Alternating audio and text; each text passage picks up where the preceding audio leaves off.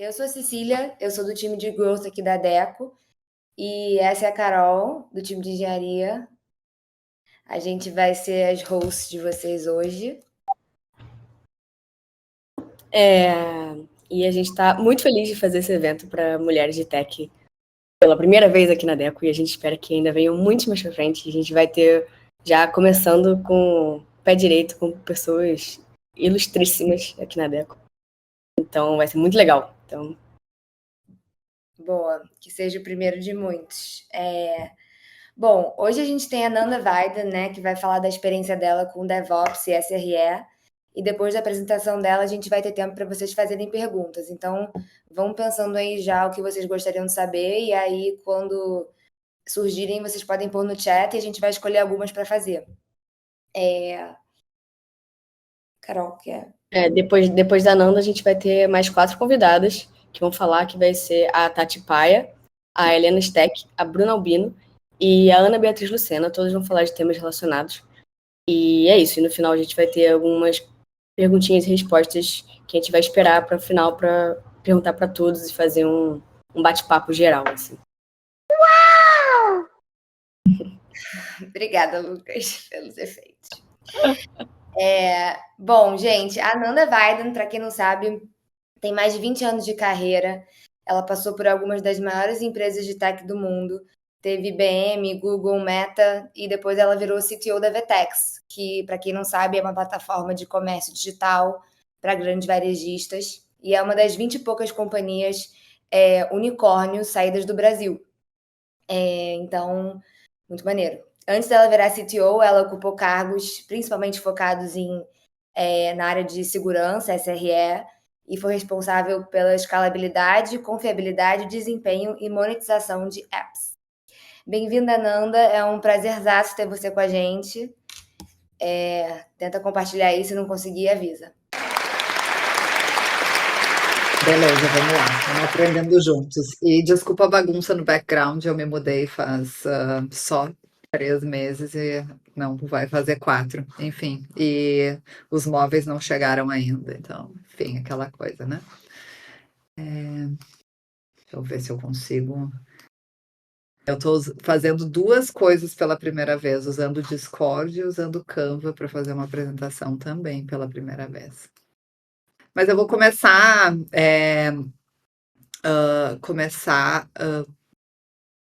me apresentando. Deixa eu ver só um segundinho. Vocês enxergam o que está apresentado ou como é que tá? Não, ainda não. Eu acho que está dando algum problema talvez de conexão. Ok, um segundinho.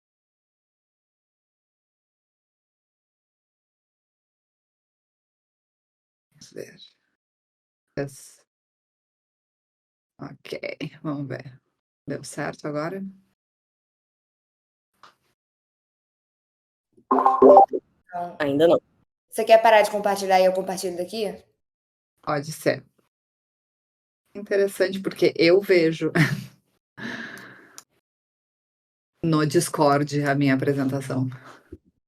Espero que eu consiga, porque eu também não sou profissional em Discord. Ah, foi, né? Ó, apareceu como estava aparecendo para mim. Yes, yes. Boa. Ótimo. Então vamos. Vamos lá. Então, eu vou primeiro me apresentar, que eu não assumo que todo mundo já me conheça, porque, enfim, eu, como a Cecília gentilmente disse, eu tenho mais de 20 anos de carreira, e é uma coisa muito interessante, assim, o jeito que eu acabei montando, construindo a minha carreira, obviamente, agora falando de trás para frente, parece, olha, imagina que tudo planejado, tudo bonitinho, mas não foi bem assim.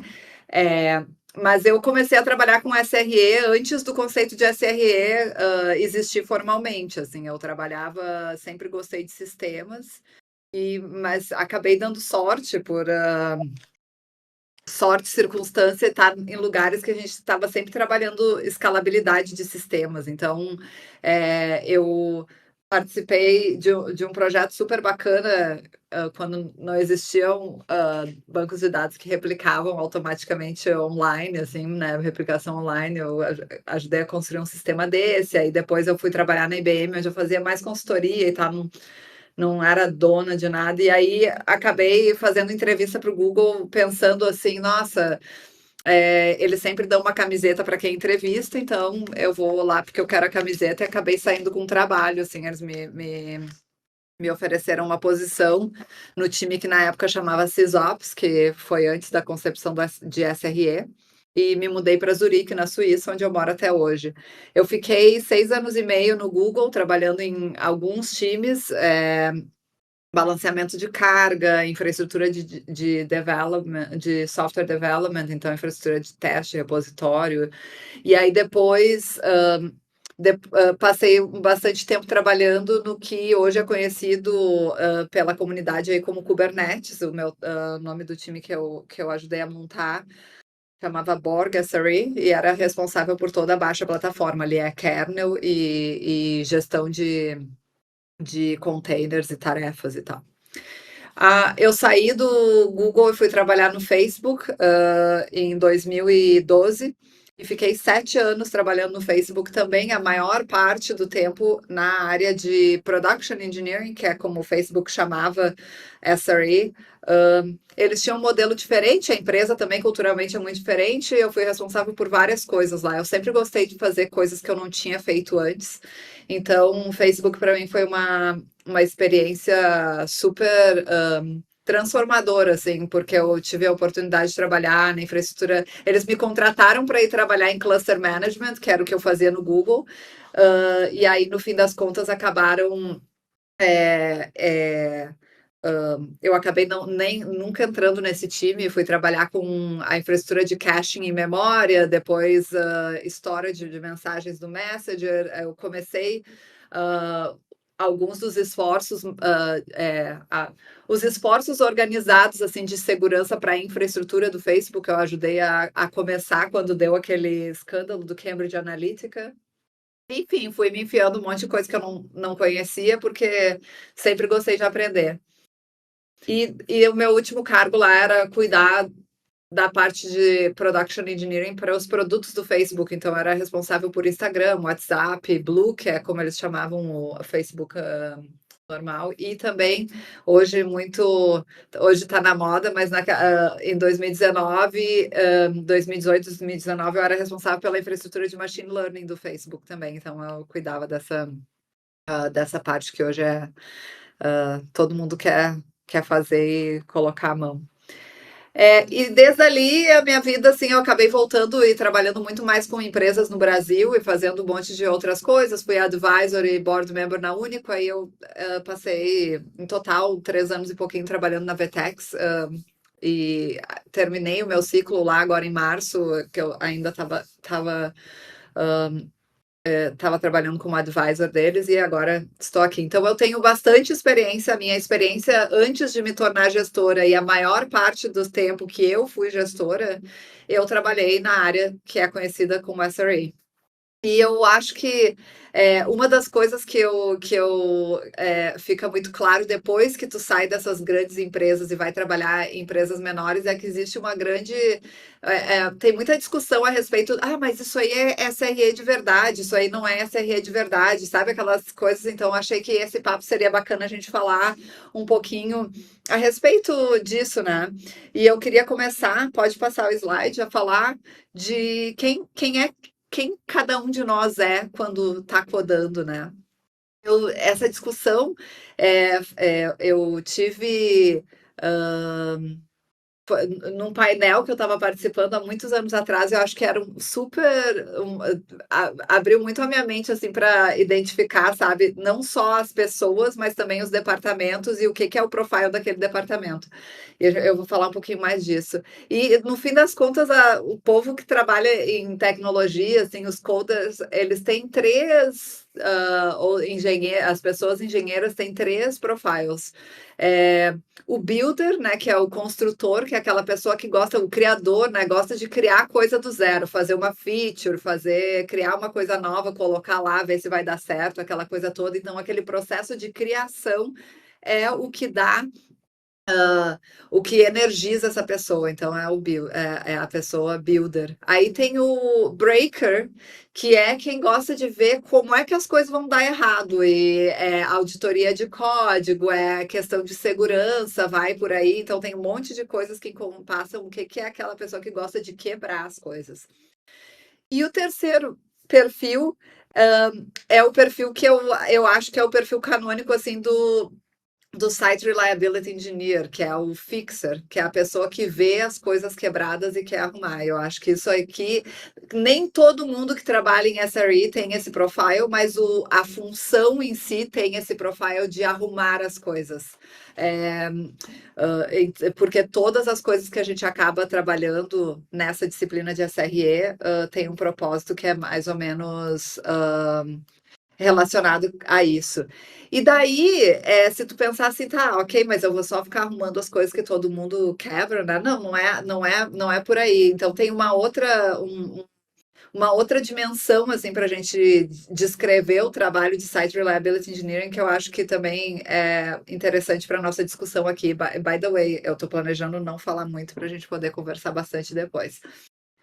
Pode passar o próximo slide. Na minha experiência, como é que tu define SRE, né? Ah, porque escreve código ou não escreve código, ou isso ou aquilo. Não, na realidade, eu acho que a grande diferença, especialmente quando tu olha um software engineer, uma pessoa, né? Uma pessoa engenheira, ou uma pessoa engenheira com o profile de SRE, qual é a diferença ali? Eu acho que é uma diferença de foco do trabalho. Enquanto as pessoas engenheiras de software têm aquele foco do builder, do construtor, eu estou fazendo a feature, eu vou colocar isso na rua para ver se as pessoas usam, etc. e tal. Em Site Reliability Engineering, a gente tem um outro foco, um foco diferente, que não é sobre o que está sendo feito, mas é o quão bem está sendo feito. E durante a minha carreira, acabei enfim, eu criei acabei usando esse framework assim para descrever o que é o trabalho de SRE, que eu acho que resume isso de uma forma bacana. Primeiro é a parte de confiabilidade, reliability. Então, não importa ter feature se o que tu entrega para o teu usuário é um erro 500, né? Então, eu acho que é muito importante pensar assim, tipo, cara, se tu tem uma palestra do Ben Traynor, que é o cara que criou SRE no Google, né? E ele fala que se tu perguntar para o teu usuário se ele prefere um erro 500 ou o Gmail, como era o Gmail em 1900 não, né? Mas em 2005, 2006, sabe? Ele vai dizer, não, eu prefiro usar a primeira versão do Gmail, que não tinha nada dessas luzinhas, esses pisca-piscas, essas decorações, do que ter um erro 500 quando eu vou acessar o site. Então, desse ponto de vista, o usuário quer, a maioria manda e-mail, né? Essa é a feature core do Gmail. Ter o primeiro Gmail sem os 15 anos, 20 anos de desenvolvimento que foram colocados em cima dele depois é melhor do que ter zero, né? Então é sobre isso, é sobre não só fazer as features, mas deixar com que elas estejam disponíveis para os usuários. Depois é uma questão de escalabilidade, porque hoje em dia, quanto mais dos negócios são feitos em software e são feitos online, a demanda pode mudar muito rapidamente. Então, hoje tu pode ter 10 usuários, amanhã tu tem 100, depois tu tem 1000, e cada um desses degraus muda a natureza dos problemas que tu tem em software. Então, a escalabilidade é muito tentar resolver e pensar no problema eu consigo, eu consigo sobreviver a um aumento de demanda? E se aumentar 10 vezes, o que que acontece comigo? Então, tipo, pensar essas perguntas não só de uma maneira abstrata, mas tipo, enquanto eu estou construindo e colocando as coisas no ar, né, fazendo release, deployment de software, pensar, mas o que que acontece do jeito que eu estou fazendo, se fosse 10x, funcionaria? E aí a terceira coisa é performance, porque, cara, se é mais rápido eu mandar uma carta para alguém do que mandar um e-mail, eu vou mandar uma carta, porque eu quero agilidade. Obviamente, eu estou usando um exemplo bem óbvio e ridículo aqui, mas a gente quer acessar o software e ninguém quer ficar olhando aquela ampulhetinha que, né, dura para sempre, ou sabe Deus o que está fazendo, que às vezes não mostra nem a ampulhetinha. Então, o produto, o software tem que ser performático e a experiência do usuário eu tenho que responder à expectativa do usuário com relação à performance também, né? A performance é uma coisa delicada, porque, tipo, sim, tu pode fazer o mais rápido do mundo, mas quão rápido que o teu cliente quer, provavelmente é o melhor trade-off ali para ti também não gastar tubos de dinheiro. Enfim, e por último é eficiência, porque, claro, eu consigo fazer o software mais rápido do mundo, mais performático do mundo, e gasto todo o dinheiro da empresa com infraestrutura e milhões de memória, porque estou fazendo tudo em memória, não colocando nada em disco, não tocando nada na rede, se fosse possível, mas enfim. Então, é aquele balanço, o equilíbrio de fazer o que tem que ser feito sem gastar todo o dinheiro do universo. E eu acho que dentro dessas 4 disciplinas, dentro dessas 4 frentes, tu define muito como o SRE olha para o software, que é diferente de como a pessoa engenheira, software engineer, olha para o software. Então, acho que essa para mim, é uma definição que eu gosto de usar bastante. E por aí tu vê, né? Aí tem um monte de coisa, se tu passar para o próximo slide. A gente fala de DevOps, o que que é DevOps, né? DevOps a gente, falou, não, é porque o developer planeja, aí coda, aí né, faz o build, faz o teste, e aí a SRE cuida de release, deploy, operate. Eu não acho que as coisas são tão separadinhas assim. Eu acho que tem muita. Sempre quando tu tem um projeto de software, eu sempre penso qual é o profile certo para resolver esta tarefa que eu tenho na frente. Então, obviamente, se é a construção de uma feature, sim, mas tem coisas que, por exemplo, que não são relacionadas com release, deploy e operations, que são trabalho de SRE.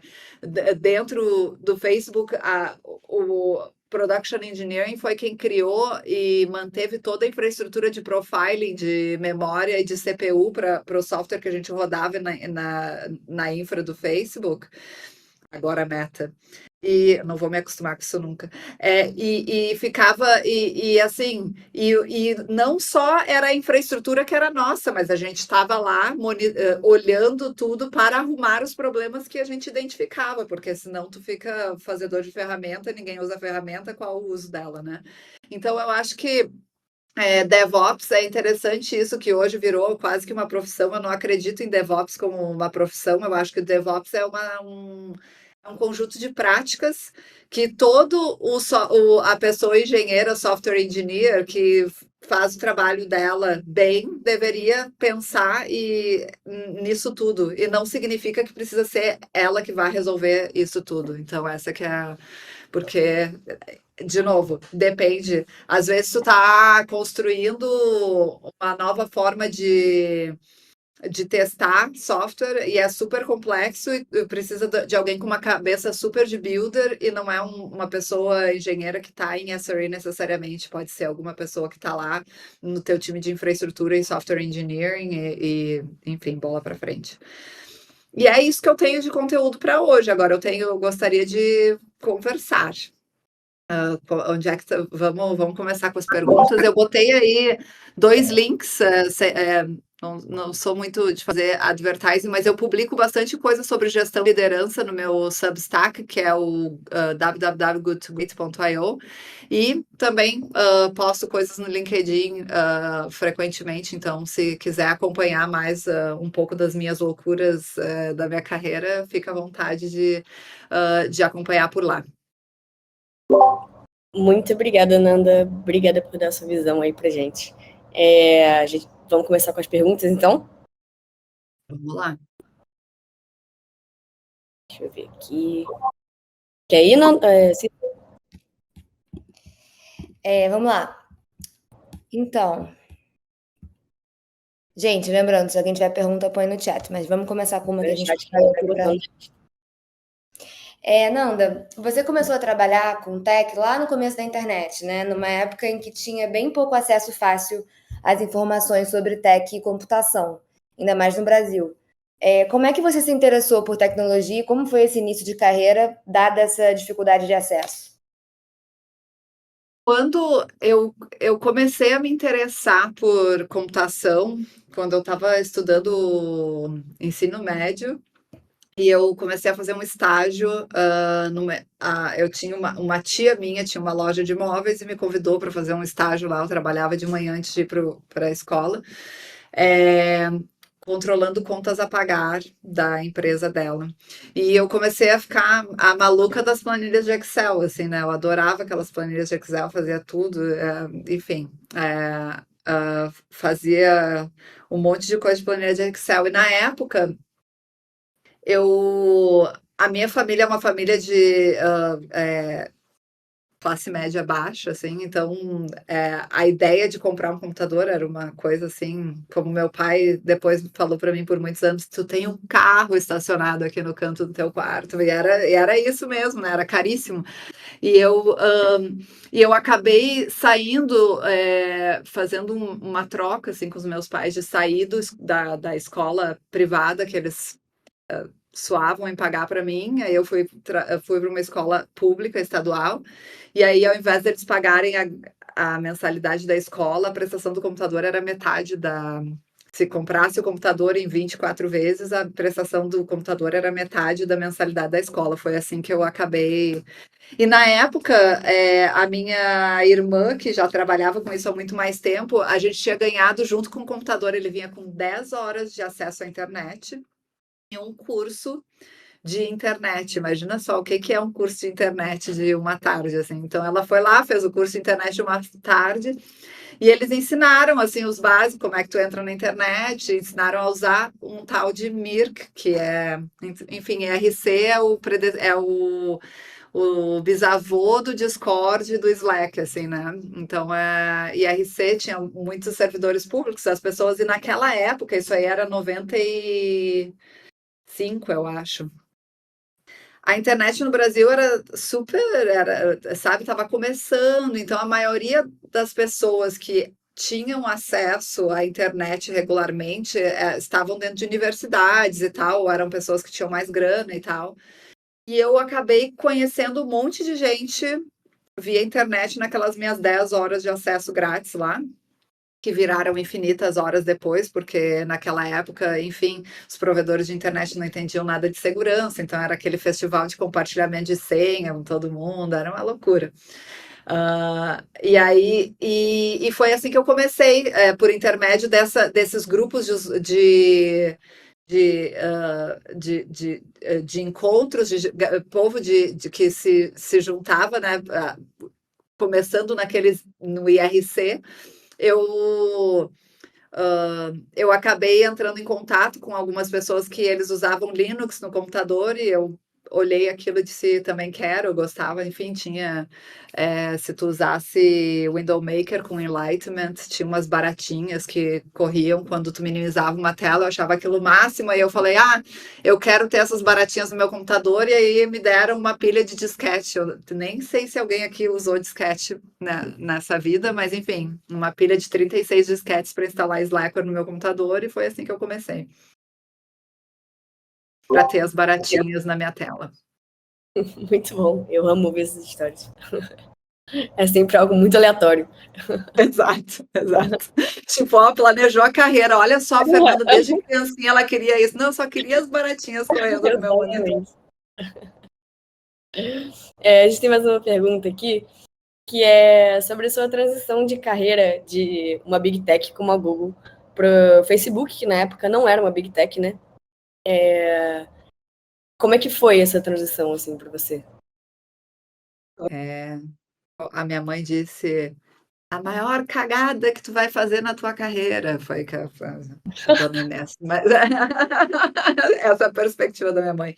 Mas o que aconteceu? Eu tinha ido trabalhar no Google, que é uma empresa super. Imagina, quando eu entrei no Google, o Google tinha um pouco, em torno de 5 mil funcionários no mundo, né? E quando eu saí tinha 30 mil, 35 mil mais ou menos, assim. Então, quando eu fui trabalhar no Google, eu trabalhei como engenheira por alguns anos, eu já tinha 5 anos de experiência antes do Google, né? E daí eu me tornei gestora no Google e o Google estava ficando grande, estava num processo que eu trabalhei na IBM antes, então para mim eu ria quando as pessoas falavam assim, mas o povo chamava da IBMização do Google, que era quando o Google estava virando grande, estava tudo ficando engessado e não sei o quê. E eu, curiosa, sempre querendo aprender coisas novas, as possibilidades iam se fechando mais, porque ficava aquela coisa, não, mas isso aí não é teu trabalho, isso aqui não é teu trabalho, sabe? E eu resolvi que eu queria mudar de emprego. Aí um amigo meu me disse assim, Fernanda, eu tô me mudando em outubro para Califórnia porque eu recebi uma oferta de trabalho do Facebook. Eu digo Facebook, eu nunca pensei nesses caras, né? Aí eu fiz aquela coisa que, né? Peguei, mandei meu currículo lá pelo site, e aí entrei em contato com o gestor, e aí eu acabei indo trabalhar no Facebook. A minha mãe achou que era a maior cagada que eu ia fazer na minha carreira. Acabou que não, que foi a melhor coisa que aconteceu. Assim, eu não tive um segundo de remorso da minha decisão, porque eu aprendi muito, foi extremamente transformador para mim, assim. Mas foi isso, eu fui em busca de desafio, de querer, sabe, aprender coisas novas e ter a possibilidade de fazer coisas novas sem tantas limitações que uma empresa que já está lá nos seus 30 mil já tem. E, cara, eu entrei no Google, eu saí do Google, eu tinha um time de 10 pessoas e tava, sabe, tava tudo bem. Aí eu entrei no Facebook, eles tinham me convidado para ir gerenciar o time de cluster management. Aí depois que eu entrei, eu cheguei, eu fiquei 4 meses em Dublin, eu não tinha time, eu só fiquei lá olhando os times que existiam trabalhar, porque eu estava mudando para Califórnia e estava lá só esperando visto e tal. Então foi um começo bem estranho, assim. E aí, quando eu sentei, eu nunca vou me esquecer, eu sentei do lado de um engenheiro do time para fazer shadow dele fazendo on-call, assim. Quando ele começou a dar SSH em computador, assim, para reiniciar MySQL na mão, eu olhei assim, o que que eu fiz com a minha carreira, cara? Olha isso aqui, eu saí de um lugar, a gente fazia engenharia de verdade, e agora eu vim para cá reiniciar MySQL na mão.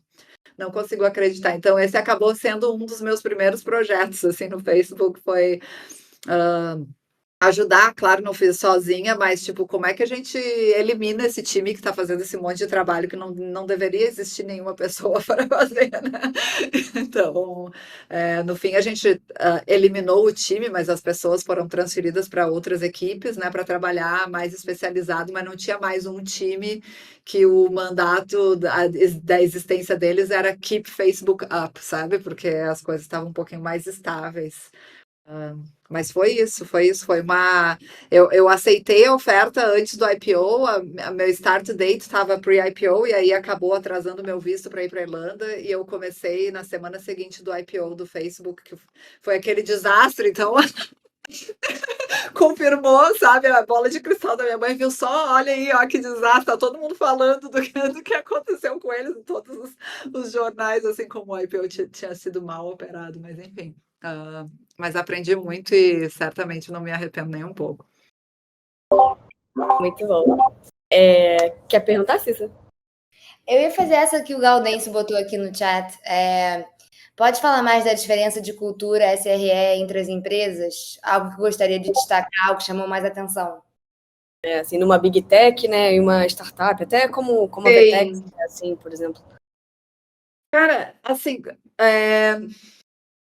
não, na Vetex a gente não tinha tanto esse problema, mas em várias empresas, assim,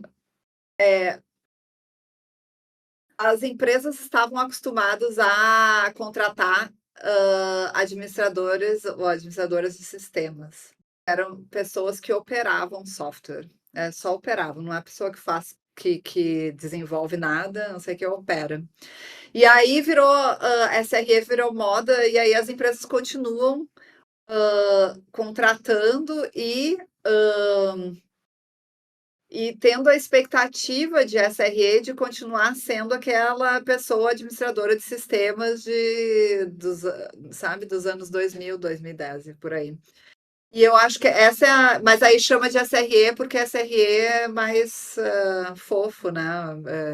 Não, é muito mais legal chamar de SRE do que chamar de administrador de sistemas.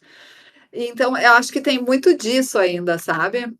E eu vejo também muita divisão de o sabe, tipo, não, eu sou engenheiro de software, então eu não faço teste, eu sou, sabe, então não sou eu que faço, coloca aí qualquer desculpa ou qualquer pedaço que seja integral do ciclo de desenvolvimento de software, mas aquela pessoa não faz, entendeu? Então, eu acho que tem um pouco disso, sabe? Eu acho que isso para mim é uma das coisas. Também tem muita diferença entre como o Facebook e como o Google desenvolveram essas disciplinas. Dentro do Facebook, pelo menos, claro que uma empresa grande são várias empresas nela mesma, então eu tô falando da minha experiência dos times que eu ajudei a construir.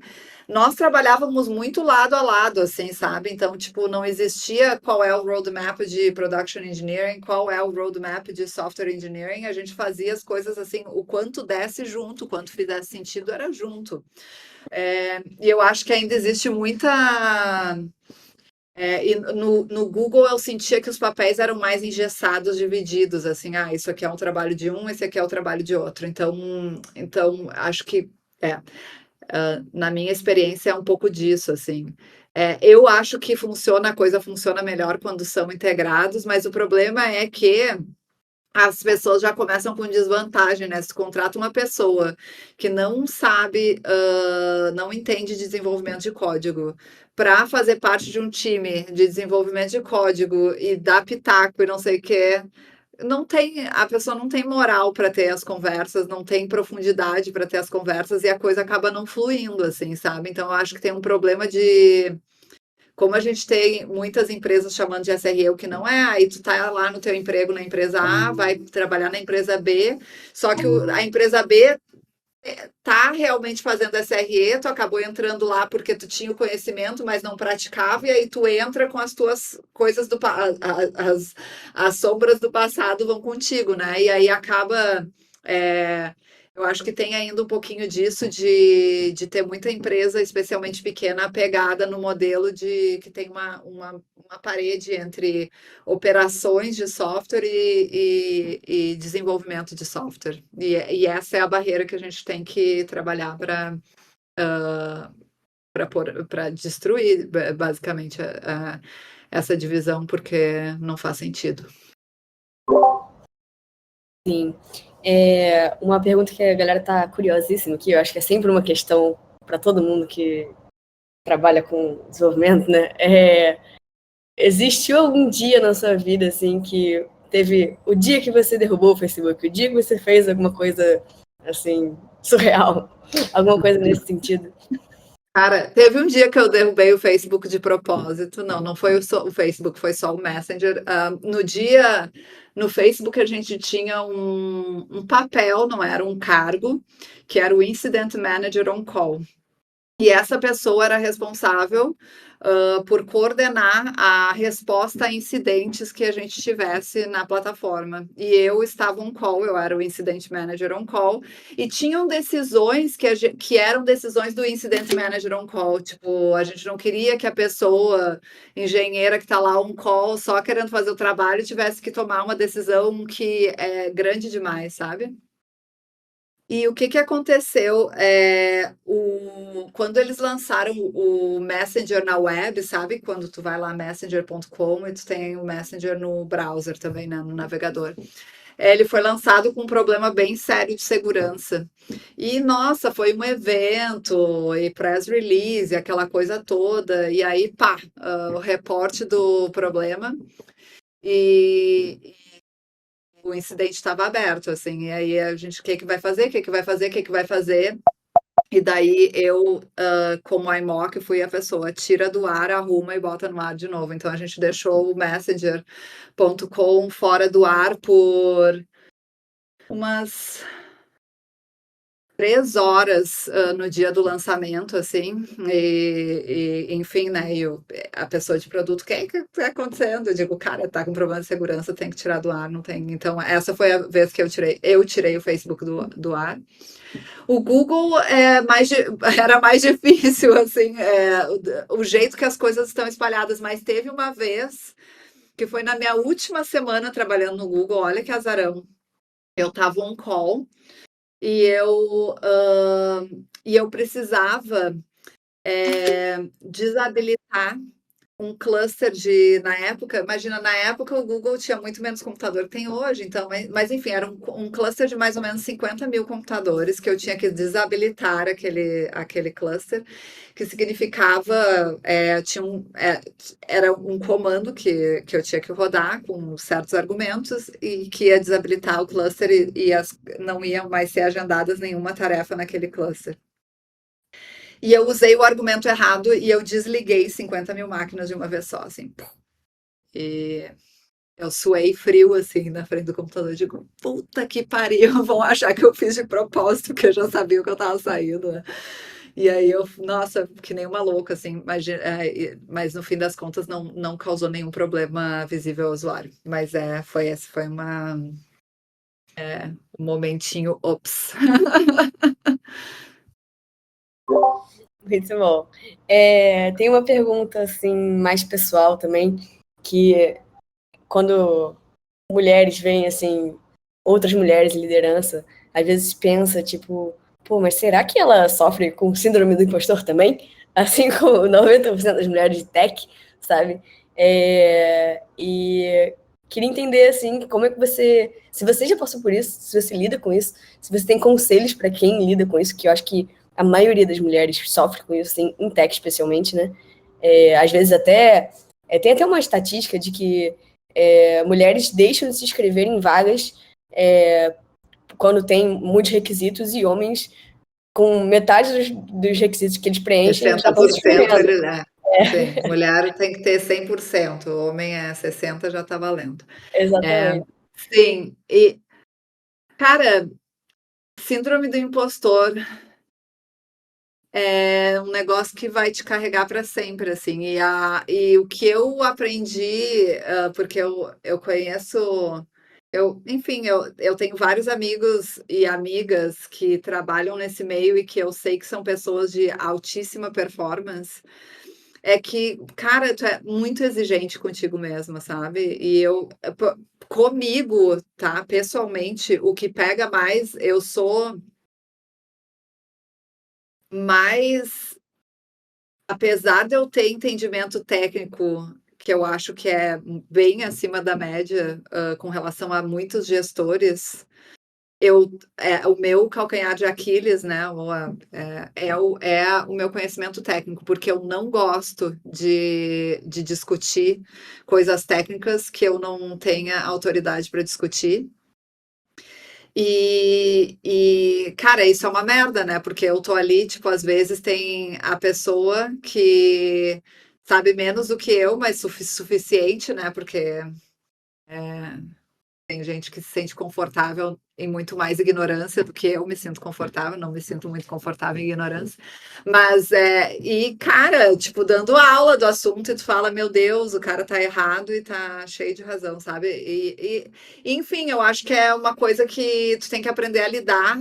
O que me ajudou com isso durante a minha carreira e que eu super aconselho é quanto mais tu te conhece, menos inseguro tu é de ti mesmo, porque tu aprende quais são as coisas que eu sou realmente boa, e aí eu vou fazer mais dessas coisas, quais são as coisas que eu não sou boa naturalmente.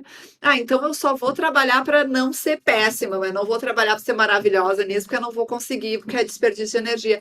Então tu vai começando a te conhecer e, e aprender a usar mais aquelas tuas partes de potência, que é a parte que tu diz, nossa, eu fiz isso e fui foda, sabe? Tipo, me dei super bem, isso aqui eu fiz super bem. E eu acho que fazendo isso como prática diária, tu acaba criando um pouquinho mais de karma contigo mesmo para andar nessas partes que te causam mais insegurança, nessas partes da tua mente ou né, do teu intelecto que te causam mais insegurança. Então, para mim, funciona desse jeito.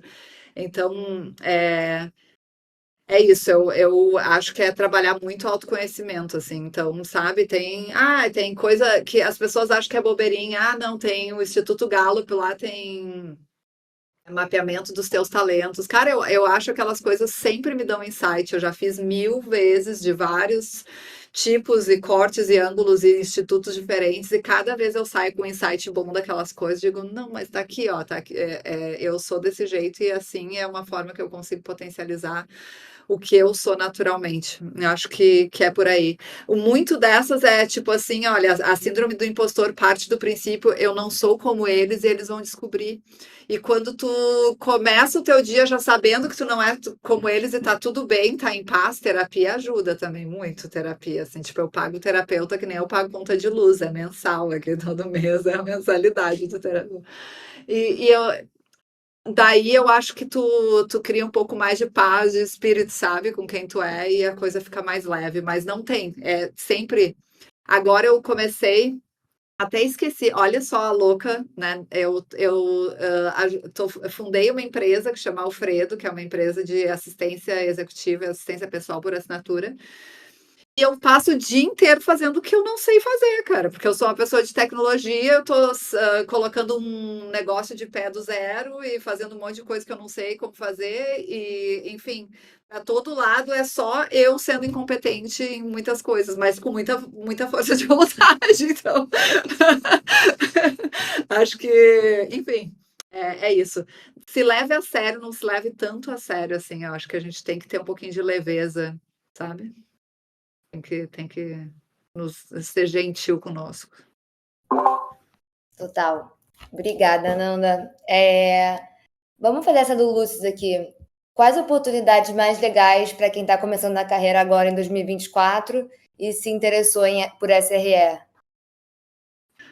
Oportunidades mais legais, cara. Depende do que tu tá chamando de oportunidade, mas eu diria arruma um emprego na área com pessoas que tu admirem, que sejam boas mentoras, bons mentores, e se enfia para fazer e aprende, assim. Eu acho que a melhor coisa para tu aprenderes o que é SRE no dia a dia é fazer SRE. Não vai ficando, não lê o livro, porque nem no Google é igual o livro do Google, entendeu? Que chatice. Ah, sim, eu vou escrever um livro, sabe? Tipo, o Google tem milhares, se tu cortar o time deles de SRE em 1000 pedaços, cada pedaço vai se fazer de um jeito diferente. Então, sabe, eu acho que as pessoas se perdem muito em ler a teoria das coisas e não praticá-las. Eu acho que, cara, indo no dia a dia e seguindo o norte, assim, o que que é? Ah, tudo bem, né? Eu espero que eu não tenha dado instrução demais aqui, porque não era a ideia, mas se eu pensar lá, reliability, scalability, performance, efficiency, ok, eu tenho que ir para isso aqui é o que eu tenho que estar olhando, sabe? E ver onde é que isso te leva. Não fica dentro da. Eu acho que essa é um bom. Uma boa forma de começar, assim. Tem bastante livros que ajudam a entender como os sistemas funcionam. Acho que hoje um problema de SRE hoje é que a gente está tão deep into abstraction, né? Porque o software, meu Deus do céu, existem camadas e camadas e camadas de abstração de software e às vezes as pessoas não entendem nem mais como é que as coisas funcionam, sabe? Tipo, então eu diria uma pessoa para trabalhar com SRE e fazer esse trabalho bem, tem que entender como as coisas funcionam, sabe? Entender que, tipo, tu está trabalhando capacity planning, do que eu estou falando quando eu estou falando de capacity planning? Cara, tem 3 unidades aqui, né? Tu tem disco, memória e rede, e CPU, obviamente. Se tu desengargala um, vai engargalar o outro. Como é que tu trabalha a arquitetura de sistemas? Acho que e também daria a dica assim, olha, não casa com nenhuma metodologia, porque, meu Deus, sabe? Tipo, eu passei 13 anos trabalhando entre Google e Facebook, eu nunca entrei numa sala para discutir um design que a gente foi discutir microserviços dentro. A gente só falava em fazer software direito, sabe? Então, não se case com uma metodologia e não enlouquece numa também, porque tem gente que, nossa, eu li que tem que ser microserviço, então agora eu tenho um produto do tamanho minúsculo e eu tenho 700 microserviços para cuidar. Cara, não é por aí que a coisa vai, assim, se tu tá indo por esse lado, talvez a coisa esteja indo para o caminho errado, sabe? Então, acho que é isso, aprender um pouco na prática, entender como as coisas funcionam por baixo das camadas de abstração que tu tá lidando hoje em dia, e é isso. E nessa mesma linha, assim, a gente tem a pergunta do Hugo, que é, tipo, se você acha que tem uma barreira de entrada para a carreira de SRE, como é que é a curva de aprendizado? E ele também perguntou como é que reduz o medo para ingressar nessa jornada do SRE. É interessante, né? Porque se tu quiseres ser um software engineer, né? Uma pessoa desenvolvedora, tu vai lá, estuda computação, tu sai da faculdade, aprendeu. Mas quando tu está trabalhando, tu está falando de sistemas de larga escala, né? Só um segundinho que ele está tentando me dizer que eu tenho que switch devices, mas não faz sentido nenhum, porque eu não tenho devices para switch. Então, switch.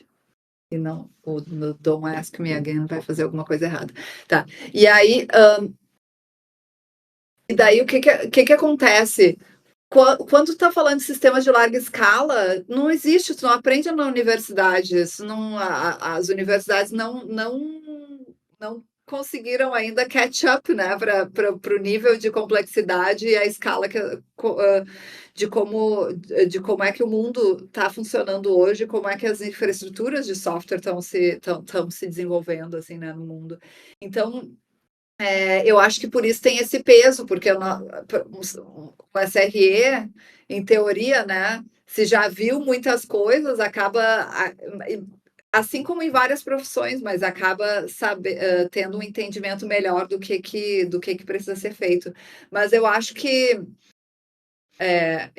também é possível fazer isso. Enfim, tem muita literatura. E eu vou dizer, eu vou mandar para vocês depois minha lista de livros favoritas que eu dou para quem está começando nisso. E não tem nenhum livro que foi escrito nos últimos 10 anos. Deixa eu contar essa triste história, porque, enfim, mas enfim, porque são livros que falam de fundamentos das coisas e não de qual é a trend da moda de 2020, entende?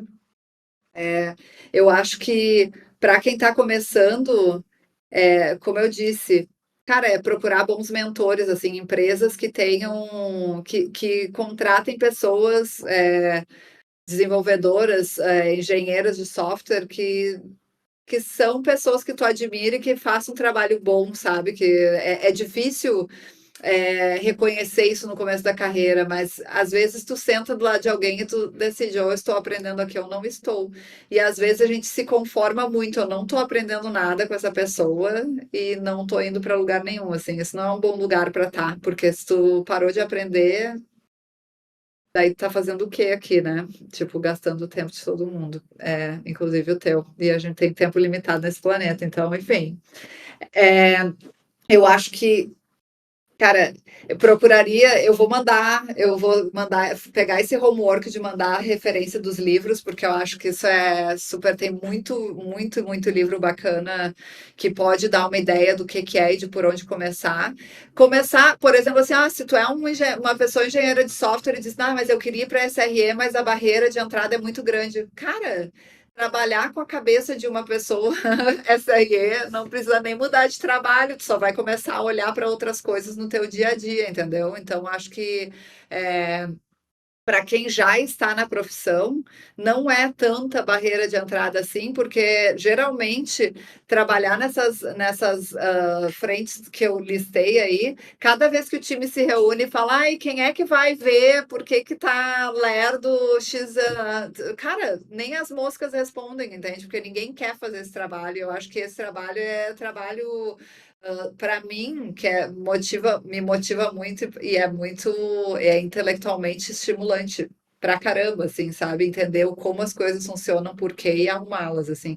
Então, acho que tem oportunidade de ir devagar para essa área sem mudar de profissão, porque o trabalho tem cada vez. Os softwares vão acumulando problema como acumula linhas, assim, no repositório. Então, tipo, todo dia tem mais problemas para resolver e geralmente não tem gente suficiente para resolvê-los. Então, eu acho que tem como a pessoa ir indo para esse lado sem precisar fazer uma grande transição de carreira. Boa. Acho que temos espaço para mais uma perguntinha.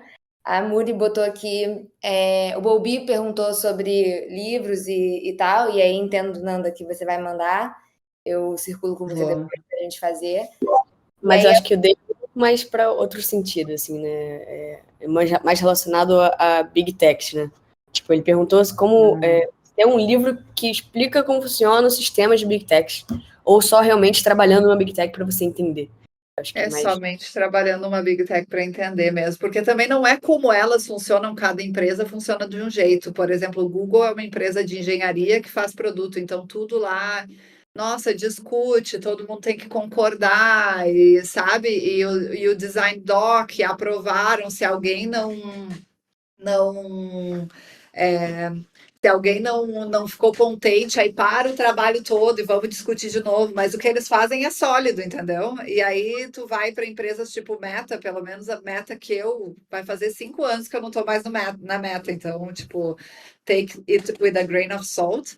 Mas é a coisa assim, tipo, cara, tem um problema, vai lá, resolve, não, sabe? Não vou ficar aqui discutindo 5 anos. Às vezes no Google as pessoas passam discutindo uma semana para um negócio que se alguém sentasse na frente do computador por um dia já estaria resolvido, entende? Então, e o Facebook tem a diferença. O Google é uma empresa de engenharia que faz produto e o Facebook é uma empresa de produto que faz engenharia. Então, a engenharia está sempre correndo atrás e tentando fazer catch up, né? Então, o como elas fazem é muito diferente uma da outra. Não tem como comparar, eu acho, porque e sim, e eu vejo até que tem um risco, por exemplo, quando eu saí do Facebook, eu ainda sofro disso, tipo, é tudo feito internamente. Aí tu sai para o mundo do SaaS, que tem que contratar uma ferramenta para cada coisa, tu te enlouquece, porque tu não sabe, isso aqui é como o que era lá no, né?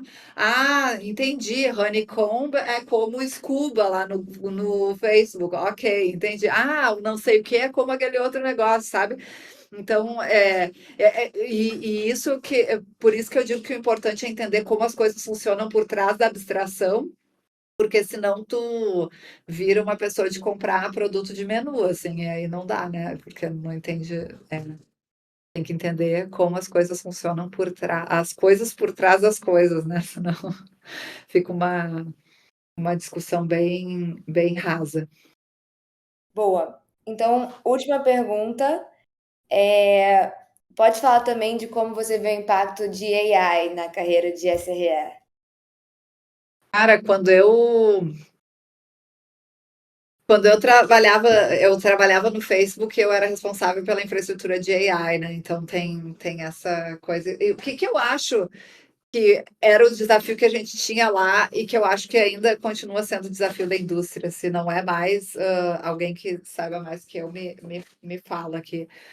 Mas é que a gente entende desenvolvimento de software, a gente entende que tu tem um repositório, aí tu tem uma pessoa desenvolvedora fazendo código, aí dá cria um pull request, aí alguém revisa, aí vai parar em produção, aí tu faz um cut de release, deploy, vai para produção, beleza. Só que esse pipeline de desenvolvimento de software é bem diferente. Aliás, eu dei uma palestra sobre isso em 2019.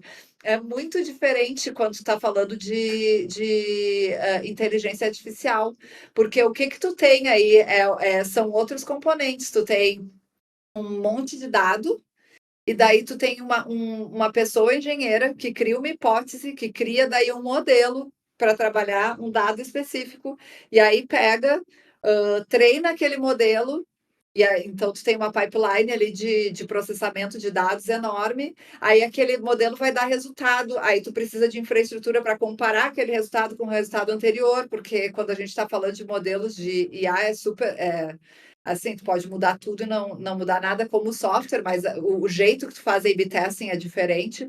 Então, toda a pipeline de desenvolvimento e release dessas coisas em produção é completamente diferente. Eu acho que para a carreira de SRE, cria uma oportunidade de criar, de criação ali, que não é todo dia que a gente vê isso, né? Porque a gente, por exemplo, eu acho que a última oportunidade de criação como essa foi quando a gente começou a trabalhar containerização e gerenciamento de tasks, né? De cluster management, que a gente parou de rodar coisa em bare metal. E agora tem isso aqui, que é uma grande possibilidade de desenvolvimento, porque a gente está trabalhando um novo ciclo de desenvolvimento, que é o ciclo de desenvolvimento de modelos de inteligência artificial. Como é que a gente desenvolve modelos, testa, tem certeza que todas aquelas coisas que a SRE se preocupa estão acontecendo também no ciclo de desenvolvimento de modelos de inteligência artificial. Então, acho que é uma oportunidade maravilhosa. Como é que faz, né? Por exemplo, cara, como é que bota um modelo novo em produção? Sabe? Tipo, hoje em dia as pessoas estão literalmente hard coding coisas em código, assim, sabe? Tipo, não, eu tenho uma versão A do meu software que está rodando com X, mas aí eu vou fazer um lançamento de uma nova versão do meu modelo. E daí o que que acontece? Como é que eu faço essas coisas? Eu acho que isso tudo é problema a ser resolvido ainda. Como eu faço isso tudo em escala. Perfeito. Muito bom. Bom, acho que é isso pelas perguntas. Lucas quer puxar uma salva de palmas para a gente finalizar esse bloco, para a gente começar as outras.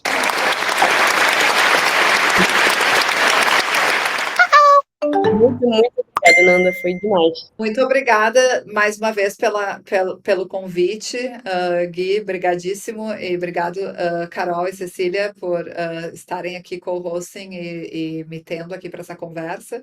Espero que tenha outras e, enfim, contem comigo para o que precisar. Espero que o papo tenha sido interessante para a audiência também. Perfeito. Foi muito bom. Vamos seguir então para as talks. Acho que a nossa próxima a falar é a Tati, certo? A Tati não tá no palco, tá? A gente tem que puxar ela pro palco. Pode puxar, Lucas? É que eu acho que ela teve um problema com o computador e aí ela saiu. Boa.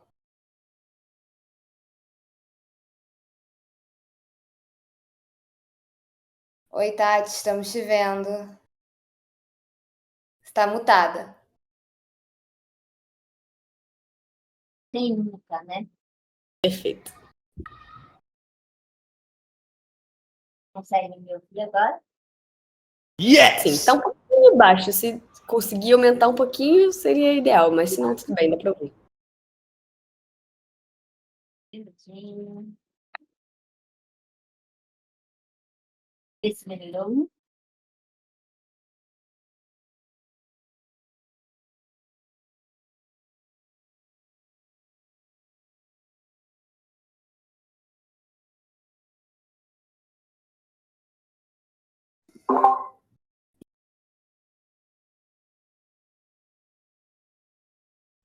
Melhorou? Tá ótimo. Ficou mais alto ou ainda tá? Eu acho que dá pra ver. Qualquer coisa a gente avisa também. Pode avisar, daí eu mudo também. Gente, boa tarde. O que falar, né, depois dessa aula, né?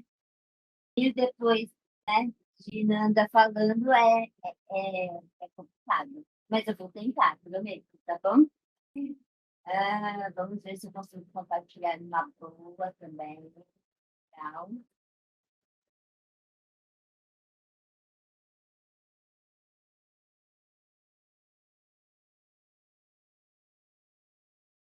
Nope. Não, né? Eu tô vendo. Foram? Foi para vocês agora? Nope.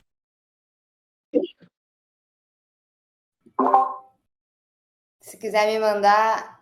Ah, para algumas pessoas foi engraçado. Você tá no browser, Tati, ou você tá no app? Eu tô no browser porque eu tentei usar o app quando a Nanda tava falando, travou tudo. Ficou caindo. Não, é melhor no browser mesmo. Mas se você quiser, me manda o link que eu compartilho daqui.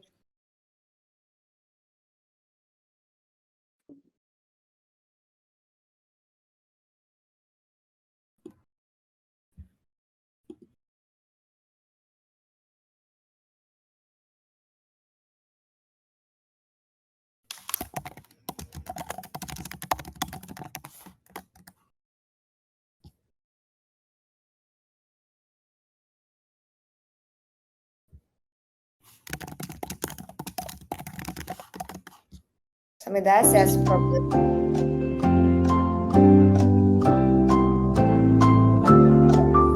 Não é fácil, né?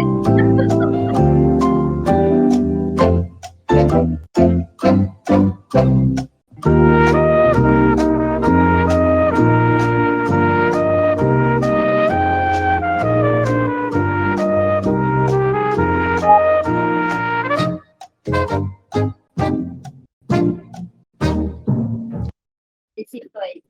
Tati, só me dá acesso ao documento, eu não tenho acesso. Eu mudei. Esse foi.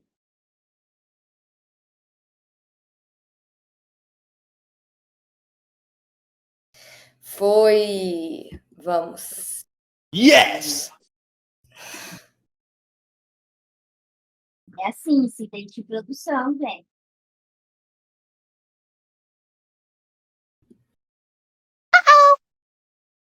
Pronto. Boa. Então, depois da aula que a Nanda deu pra gente, vou falar rapidamente para vocês, gente, um pouquinho sobre SRE na estratégia. Por quê? Porque SRE, não só toda a parte, né, quando a gente fala de sustentação, infraestrutura, ela é extremamente significativa. Mas antes disso, eu vou falar quem é Tati Paiá para vocês. Cissa, pode passar para mim, por favor.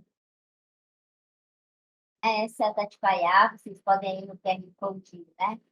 Puxar aí, conectar comigo no Instagram, para a gente bater um papo. Pode passar pelo outro, Cissa. Eu já passei por empresas como Capedinho, Porto Seguro, Walmart.com, iFood, PicPay, Hash. Tenho minha própria empresa, tenho uma marca de podcast para falar, mas ainda não está no ar. Quem sabe logo mais eu tomo essa coragem. E eu já estou na frente a todo o time de cloud, né? Sou cuidadora, né, guardiã de cloud. Mas tenho 25 anos de experiência em infraestrutura, diferente da Nanda ali que nos contou que queria programar e ver as baratinhas, né, andando no computador. Vocês viram lá que eu comecei com uma imagem do carro de Fórmula 1. Aqui, para além do que vocês veem, né, minha família em automobilismo, uma categoria chamada arrancada. Então, além de eu ser piloto amadora, meu filho e minha filha são pilotos profissionais. Então, automobilismo é uma coisa que a gente vive na veia, velocidade, escala, né? Então, eu falo bastante sobre a sinergia desses dois mundos, né? E aí, por que eu puxei isso, né? Porque eu enfermaria eletrônica. Eu adoro circuitos, amava infraestrutura, fui fazer sistemas de informação, mas eu vim com a minha carreira muito pautada, de fato, ali na parte física, né? Nos data centers. E depois eu fui me orientando muito mais para uma cadeira de liderança e gestão. Mas ao decorrer dessas passagens, né, de todas essas empresas, eu aprendi muito. Assim como eu aprendi, eu gostei muito que a Ananda trouxe, acho que não existe uma receita de bolo, não existe um livro que traga respostas, né? Nós, acredito muito que nós temos que ser os nossos próprios livros, né? E aí, na minha jornada de infraestrutura, sustentação, on-call, sistemas críticos, Black Friday, eu acabei criando um modelo.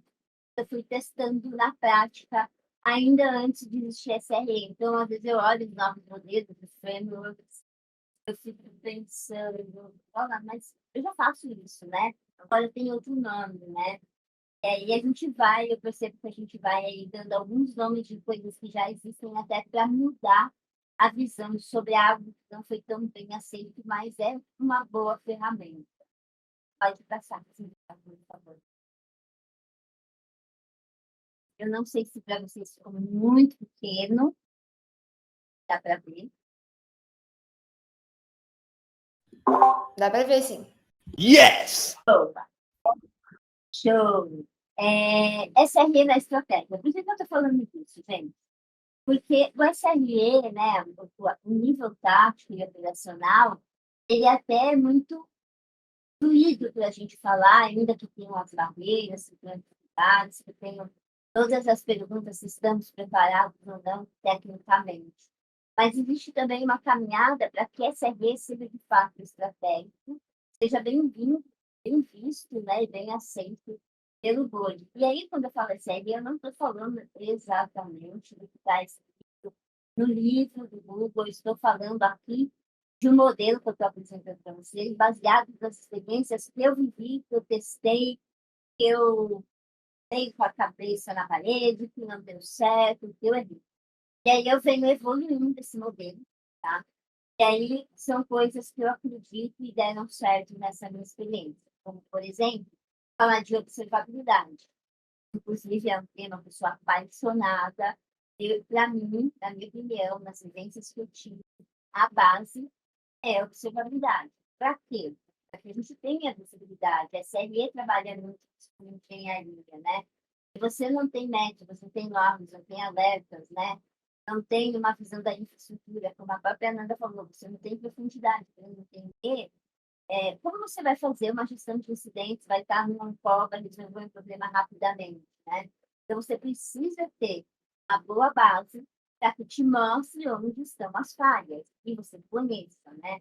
E aí você precisa ter bons processos, como gestão de incidentes, né? Seja incident manager, o nome que nós entendemos e que a empresa gostaria de dar, para fazer um call, para entender criticidade do negócio.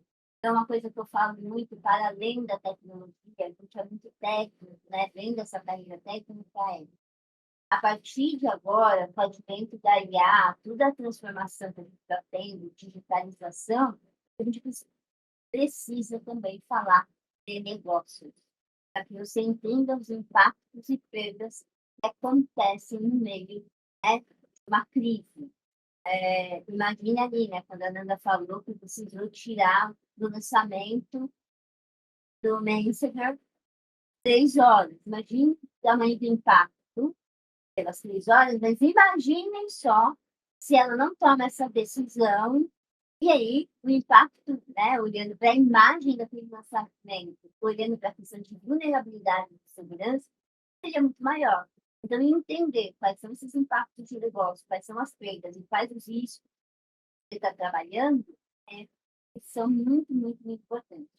Para isso também, né, eu gosto muito de falar, ter observabilidade para corrigir rápido, fazer uma boa gestão de incidentes para você comunicar e trazer o sistema de volta, e o nosso famoso pós-mortem, né, que vem aí com muita força, por quê? para a gente entender o que aconteceu. E aí eu ponho uma pitadinha de negócio nesse pós-mortem, que é, de fato, você avaliar quais as perdas aconteceram ao decorrer dessa caminhada, né? Quais são os planos de ação que vão ser feitos para que aquilo não ocorra mais, né? Eu penso que raiva vai acontecer, incidentes vão acontecer sempre, eles vão existir, déficits técnicos, vulnerabilidades. No entanto, né, se a gente aprende rápido, corrige rápido e não volta a ter essa falha, isso é uma questão de confiabilidade, de sustentabilidade, né? Além do mais, você manter um ambiente seguro para que as pessoas possam falar de problemas sem, né, se sentirem acuadas, né, sobre o risco de medo, pressão, de opressão. No quarto, uma boa gestão de problemas. Por que uma boa gestão de problemas? Para você realmente atuar na causa raiz, porque eu gosto muito de falar que o incidente é o bombeiro que apaga o fogo, mas que não procura a causa no momento do fogo, né? Mas depois vem entender qual foi a causa. E aí a gente trabalhar com uma boa gestão do problema para que, de fato, a causa raiz seja resolvida efetivamente, a gente consegue trazer segurança para o negócio, né? E agilizar, inclusive, as próximas entregas, viabilizar próximas features, viabilizar todo o time de entrega de serviços e produtos. E, por último, eu penso que eu falei para vocês, o que é SRE na estratégia é mostrar o valor de todos esses passos, com métricas executivas, inclusive, por exemplo, usando o Evo Project, para mostrar a saúde do serviço, inclusive como apoio para a gente priorizar se a gente dá a vez para uma feature nova que vai nascer ou para um débito técnico que está fazendo uma perda de milhões, né? Como a própria Ana usou o caso ali do Facebook. A imagem que a gente passa quando tem uma falha em qualquer sistema, ela é muito grande, seja ela financeira, mas, para além do financeiro, tem a reputação. O problema de grandes falhas com reputação, o risco é como você conseguir recuperar a sua imagem em vista disso, né? Então, você levar isso para um board de tomada de decisões com métricas bem estabelecidas, pautadas nos OKRs, traz o SRE, toda a sustentação, toda a engenharia de software, inclusive de plataformas agora, né? A gente vem aí falando muito sobre plataformas de desenvolvimento, como produto, como negócio, e não como uma tecnologia que há 25 anos atrás, na minha época, era vista como commodities e como um custo, e não um investimento. Pode passar.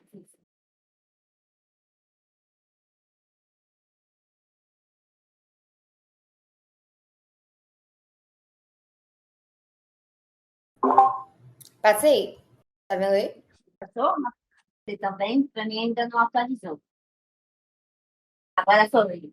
E aí aqui, rapidinho também, como, né, uma Fórmula 1, um carro de arrancada, dicas e cuidados, tá? Que eu deixo para vocês ao longo dessa jornada que vocês estão construindo e nas dúvidas que vocês até trouxeram com a Amanda. Conhecer bastante do negócio. É claro, qual a dor você quer resolver, qual o problema você quer resolver. Pense pequeno, comece com pequenas MVPs e vá testando hipóteses.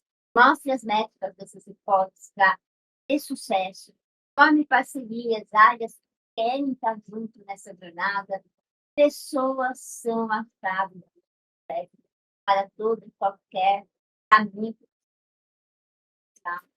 Processos também bem construídos, até porque processos podem ter uma conotação mais burocrática, mais engessada, e não é isso, tá? A gente conseguir mostrar os processos de forma efetiva. Ferramentas são meio, acompanhe os resultados, olhe para custos, cloud e, né, e toda essa questão tem bastante. Não ignore a cultura, não existe receita pronta, Ana falou sobre isso, não existem heróis e heroínas, não tem ferramentas mágicas, gente. Uma coisa que eu gosto de falar bem é o hype é cool, mas a maturidade é top, então olhe para a maturidade das equipes. Pode passar, Cissa, para a gente terminar. E aqui eu deixo aí algumas dicas aí de leitura, inclusive de livros que eu fiz parte como coautora. Inclusive no Brasil, nós temos aí a SRE no Brasil, uma jornada colaborativa de histórias reais, como a gente trabalha a SRE no Brasil. Logo mais teremos de observabilidade. E do lado, né, direito da telinha, o que eu uso como base. Beleza, gente, é isso. E aqui eu deixo o meu recado para as meninas aliadas tech. Obrigada, gente.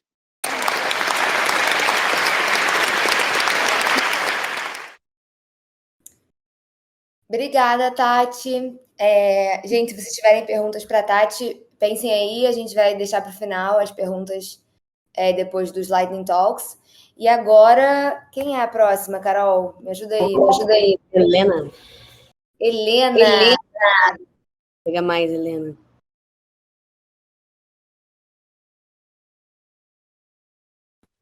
Gente, aí. Estão me ouvindo? Perfeito. Perfeito? Tá. Deixa eu tentar compartilhar minha tela, vamos ver se vai dar.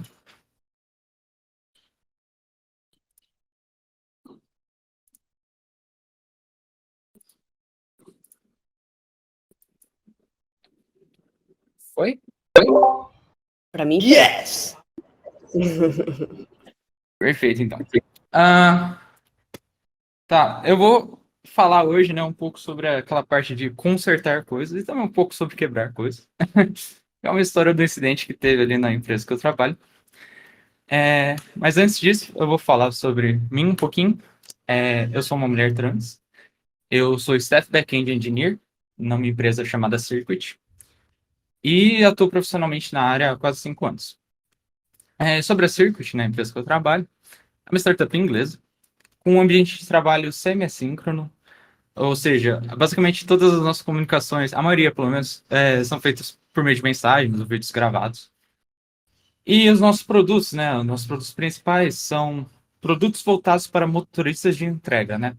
Então, se você tem ali 20 entregas um dia que você precisa fazer, você põe todos os endereços lá, como nessa imagem aí que tem, e ele vai otimizar a rota e te dar a melhor rota, a mais eficiente ali para você fazer as suas entregas durante o seu dia, né? E também tem o Circuit for Teams, que é quase a mesma coisa, só que para times. Então, se você tem vários motoristas e várias entregas, ele vai fazer várias rotas para cada um desses motoristas, né? Então, antes de eu começar a falar ali do incidente que aconteceu, acho que vale tentar entender um pouco sobre a nossa infraestrutura. Nós temos 10 clusters, né, ao redor do mundo. Porque alguns dos nossos serviços, eles conseguem rodar ali sem um banco de dados e é o nosso banco de dados principal e reduz a latência, né? Para um motorista que precisa pôr 100 paradas ali e sair rapidão do dia dele, é bom ter uma latência reduzida. Dois desses clusters, né, eles são para o nosso serviço principal, então eles ficam grudados ali na mesma região que está o nosso banco de dados, que é o Firestore. E, basicamente, o papel principal assim, deles é a otimização de rotas, né, que é uma parte central aí da Circuit. Então, né, sobre o incidente, né? É um incidente que tirou a gente do ar por 2 horas ano passado e afetou dezenas de milhares de usuários que estavam só tentando começar o dia deles ali. Então, aquela manhã, né, do dia 21/9 de 2023, estava ali pegando meu cafezinho, acabei de acordar, abrindo os olhos ainda. Aí percebo, a gente entra lá no nosso canal ali de mensagens e, meu Deus, tá o nosso cluster que estava na Bélgica, os serviços que estavam lá começaram a cair. Todos eles começaram a parar de responder requisições. Tá, pô, o cluster ali do lado, né? Isso afetou, desculpa, isso afetou diversos motoristas ali tentando iniciar as rotas no Brasil. E o cluster ali do lado tava de boa. Então a gente falou, bom, bora jogar tudo pra lá, né? Só que o problema não conseguiu escalar a tempo e tudo começou a cair ainda assim. Então a gente tentou manejar um pouco aí, caiu, funcionou por alguns minutos, mas voltou na mesma coisa, né? Então a gente reverteu, voltamos a utilizar 2 clusters ali e tentamos alguns reverts, algumas coisas no código, né? Reverter coisas que foram mergeadas no dia anterior, né? E estavam em produção já, mas nada, não era a causa do problema. Finalmente ali, para a gente tentar resolver esse problema, né? A gente não sabia a causa da rede, não sabia o que estava acontecendo.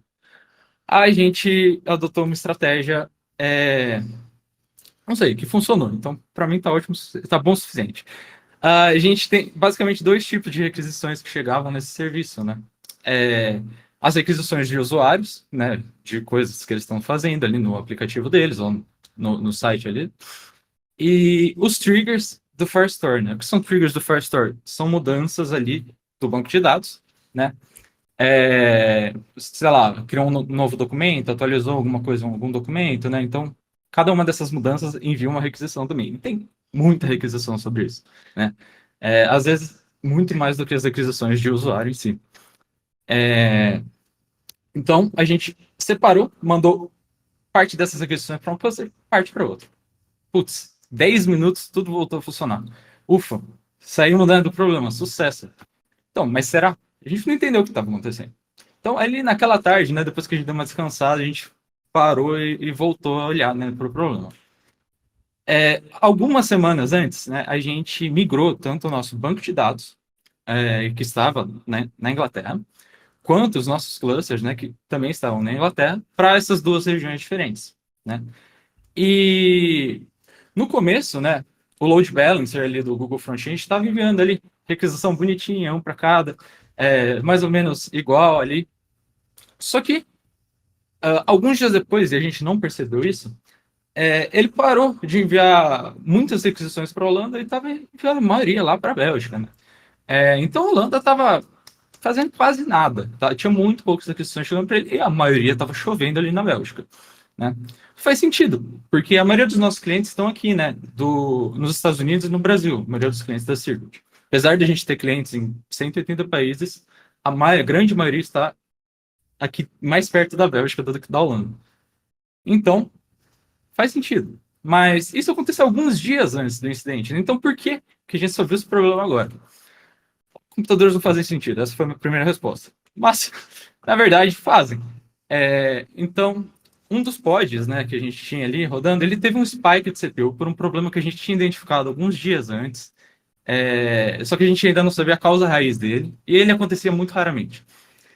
Ele teve um spike de CPU que aumentou o delay do event loop, que a gente usa Node nesse serviço, para um negócio absurdo. Imagina 50 segundos para você dar um await numa coisa, né? É um absurdo. E então, para resolver esse problema temporariamente, a gente tinha colocado ali no readiness check ali da Kubernetes, quando o event loop está muito alto, para de estar ready, né? Para de responder requisições. Só que o problema foi exatamente esse.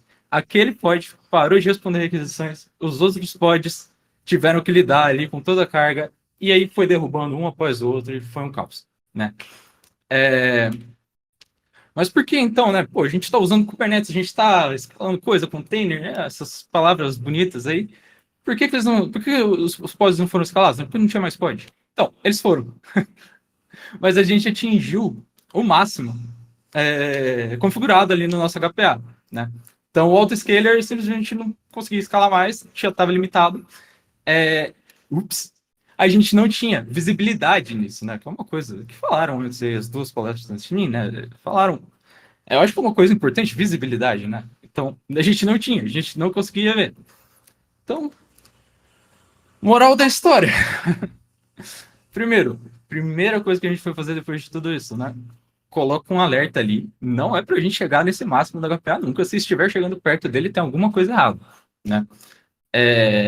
Os pods sempre tem que ficar ali num nível aceitável ali, né? Outro problema, né? O serviço estava fazendo muitas coisas que poderiam escalar independentemente. A gente não precisa lidar com as requisições, os updates, né, do banco de dados de maneira síncrona para o HTTP. A gente podia fazer isso ali, joga numa fila ali, em alguns serviços de mensageria, né? E faz isso assincronamente, no seu tempo, né? Então, que poderia escalar de maneira independente, né? Então, a gente começou a migrar, né, essa arquitetura para essa parte desse serviço para uma arquitetura event-driven e um outro serviço para ser escalado de maneira independente. E outro problema, né, foi quando a gente ali mudou de um cluster para o outro, falou, manda todas as requisições para esse cluster. Todos os clientes nossos começaram a mandar requisições do tempo. Eba, liberou. E aí derrubou outro cluster também. Então a gente adicionou em todos os nossos clientes, né, mobile e web, um back-off, né? Alguns não tinham back-off, e um jitterzinho nesse back-off, para a gente não retentar todas as requisições possíveis no exato mesmo segundo, né? Então, basicamente essa é a minha apresentação. Espero que tenha gostado. E é isso.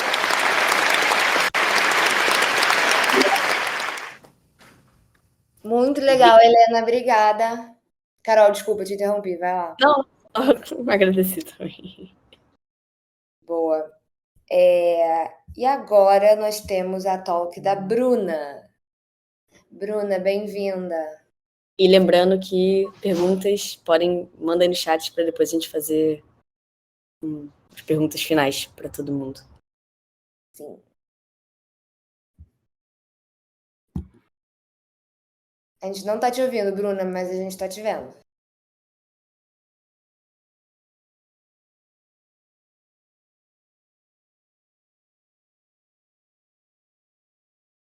Nope. Ainda não.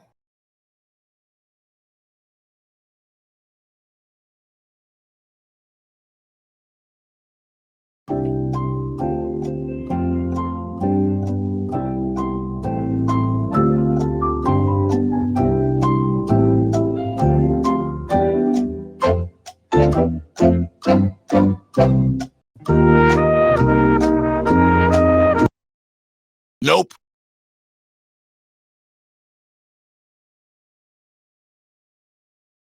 Nope.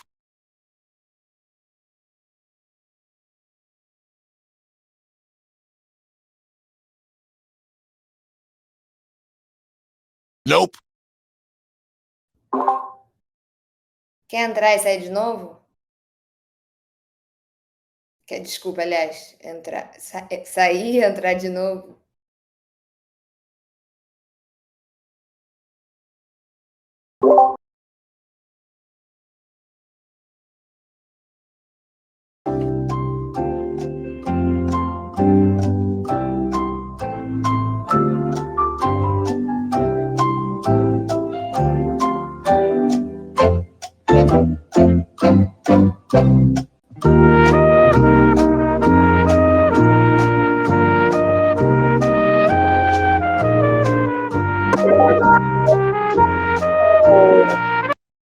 Talvez fazer a da Ana primeiro e aí a gente vê se a Bruna consegue resolver enquanto isso. Boa, vamos sim. Ana, você tá pronta? Tô sim. Então, Compartilhar a tela. boa.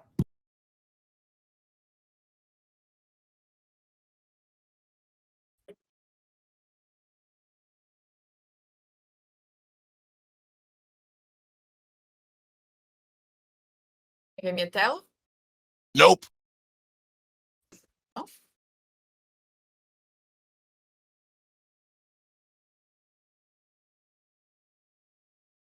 E agora? Nope. Não? Só um minuto. Manda aqui pra mim que eu faço. Tá lá naquele doc.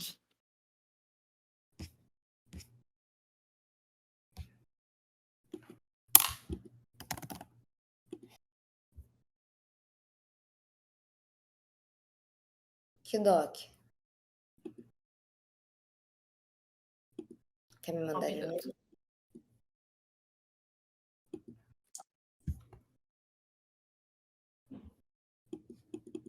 Mandei pra Cecília nas mensagens.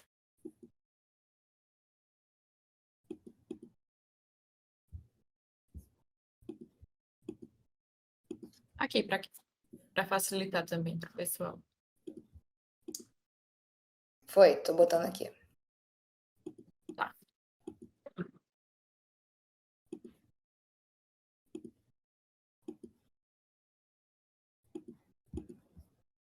Yes. Posso começar? Yes.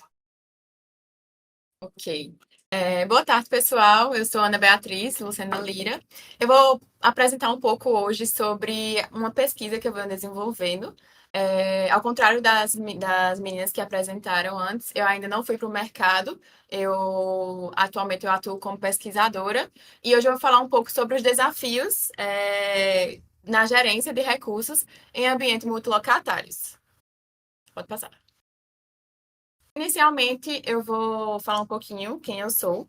Eu sou graduanda de Ciência da Computação aqui na Universidade Federal de Campina Grande. Sou concluinte, finalmente. E atualmente eu trabalho no Vitex Lab, que é uma parceria entre a Vtex e o Laboratório de Sistemas Distribuídos aqui da UFCG. E eu sou pesquisadora na área de melhoria de performance e gerenciamento de recursos em grandes sistemas. Passar. Ok. A minha pesquisa, ela acontece em colaboração com a Vtex, que acho que a maioria das pessoas aqui já conhece, que é uma empresa provedora de de uma plataforma de comércio eletrônico de larga escala. A Vtex, ela tem milhares de lojas online, ela rodando nessa plataforma, e essa plataforma é multilocatária. Finalmente, eu acho que dá para entender o que é um locatário.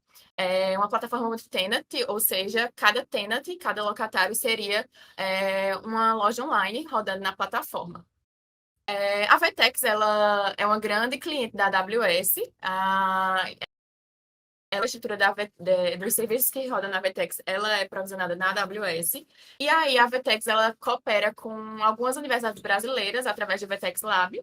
E no Vtex Lab da UFCG, que eu faço parte, a gente pesquisa por melhoria de performance nesses sistemas da Vtex, visando maximizar o desempenho dos sistemas e economizar recursos que estariam possivelmente sendo desperdiçados. Beleza. A gente já conhece que é uma colaboração com a Vtex. E agora eu vou falar um pouquinho mais sobre a minha pesquisa. Pode passar. Como a Vtex, ela precisa entregar requisições com uma latência boa para os clientes, ela utiliza serviços de cache em sua plataforma. Inicialmente, eu coloquei aqui uma figura para representar o funcionamento mais ou menos da Vtex, onde cada loja online, ela tem seus clientes, e esses clientes requisitam, por exemplo, produtos para os serviços da Vtex. Os serviços da Vtex, eles armazenam esses produtos e para entregar os produtos de uma forma mais rápida, eles adicionam uma camada de cache no catálogo de produtos dos produtos armazenados na infraestrutura da Vtex. Pode passar. Ok, eu falei que o catálogo de produtos utiliza um sistema de cache. E esse cache é compartilhado. Mas o que significa isso? Os dados dos produtos de todas as empresas que operam na plataforma da Vtex, eles são armazenados em um único serviço de cache. Esse cache é compartilhado. Eu coloquei aqui essa visualização do que seria o sistema de cache, os produtos de cada loja, e cada cor dessa seria uma loja diferente. E aí, essas lojas têm os seus produtos armazenados nessa infraestrutura, nesse serviço de cache. Pode passar. A gente tem... Beleza, a gente viu que a Vtex usa um único serviço de cache para o catálogo de produtos, e a gente tem vantagens e desvantagens desse tipo de aplicação, de um único serviço de cache compartilhado. Uma das vantagens é conseguir multiplexar a utilização de recursos ao longo do tempo, de acordo com as demandas dos clientes, das demandas dos locatários. E aí, essa gestão ela é facilitada. É mais simples você utilizar um único serviço do que meio que adicionar um serviço de cache para loja rodando na plataforma. Isso seria bom, porque garantiria isolamento dos dados, mas em alguns momentos dos dias poderia ocasionar desperdício de recursos, porque a demanda é variável. Ok, mas esse tipo de abordagem também apresenta problemas, porque, como eu falei, a demanda é variável. Muitos locatários, eles têm demandas diferentes e essas demandas variam ao longo do tempo. E aí, nesse tipo de serviço, a gente não tem como dar uma garantia de desempenho. Como eu coloquei aqui, qual seria o desempenho esperado? A gente teria alguma garantia de desempenho? Então, para contornar esses tipos de problemas, é necessário você conhecer a carga que o serviço de cache ele recebe. E aí, pode passar o slide. Para contornar esses desafios, a gente precisa primeiro entender como o sistema de cache realmente é utilizado. E para isso, a gente coletou um trace dos dados de serviço de cache, do ambiente de produção mesmo, da Vtex. E aí, esse trace corresponde a 10 horas contínuas de dados. A gente tem a presença de milhares de lojas que rodam na plataforma do comércio eletrônico. E a gente também tem registro de milhões de produtos. Pode passar. E para entender esse trace coletado, a gente realizou uma caracterização da carga. Eu coloquei aqui algumas métricas e alguns aspectos que já são conhecidos na literatura para análise de serviços de cache. Eu não vou entrar em detalhes por conta do tempo, mas a gente pode passar. A gente tem os principais achados. A gente viu que cerca de 10% dos locatários eles são responsáveis por 80% de todas as requisições, ou seja, existe uma concentração de requisições em uma pequena parcela dos locatários. Além disso, a demanda de cada locatário ela varia no tempo. Existem diferentes tipos de comportamentos, existem locatários que têm picos durante a noite, outros durante a manhã, etc. A gente também viu que cerca de 69%, é um valor muito alto, dos produtos eles são acessados apenas uma vez. Então, eles não tiram proveito do serviço de cache, mas eles estão lá armazenados, ou seja, estão lá armazenados e desperdiçando recursos. Outra coisa também que a gente percebeu é que 10% dos produtos, eles são responsáveis por cerca de 50% de todos os acessos, ou seja, também é uma concentração nesses produtos. E aí, a gente também viu que 50% dos locatários, eles possuem uma taxa de repetição menor do que 40%. E também é uma taxa de repetição baixa. Pode passar. Eu sei que beleza, eu listei esses achados e aí a gente elencou possíveis estratégias para adotar dentro desse serviço de cache para buscar uma melhor utilização dos serviços. A gente listou uma política, a gente identificou que seria possível aplicar uma política de particionamento dinâmico para que os recursos, para distribuir melhor os recursos de cache entre os locatários. A gente também viu que poderia ser adotada uma política de admissão de itens, porque a gente viu que cerca de 69% dos itens eles são acessados uma única vez, então eles não precisariam instalar no cache. E a gente também percebeu que poderia adicionar um controle de admissão de locatários, ou seja, nem todas as lojas precisariam estar rodando no serviço de cache, porque nem todas elas tiram proveito desse serviço. Ok. Eu falei bem rápido sobre o que a gente fez, sobre métricas e resultados, mas vocês podem conferir melhor nos nossos 2 papers que a gente vai publicar agora em maio, já foram aceitos. O primeiro, ele é o Non-Clash on Cache, Observations from a Multi-Tenant E-Commerce Platform. Ele foi aceito no ICPE, que é a Conferência Internacional de Engenharia de Performance, e eu vou apresentar em maio, lá em Londres. Esse segundo é o Desafios na Gerência de Cache Web Multilocatários, que foi aceito no SBRC, que é o Simpósio Brasileiro de Redes, Computadores e Sistemas Distribuídos, que vai acontecer a apresentação também em maio, no Rio de Janeiro. E aí vocês podem ver melhor insights, métricas que a gente utilizou, metodologia, e conhecer um pouco melhor sobre a nossa pesquisa que está sendo realizada. Pode passar. Como futuros trabalhos, a gente vai investigar como a gente pode adotar esse perfil dos locatários, essas características de cada locatário dentro das políticas de gestão de cache. E, além disso, a gente vai considerar os mecanismos para adotar essas estratégias de fato no sistema de produção do catálogo da Vtex. E foi basicamente isso. Eu agradeço pela oportunidade de falar um pouquinho aqui. Eu deixei meus contatos. Se quiserem tirar alguma dúvida sobre a pesquisa, se quiser bater um papo, pode marcar comigo.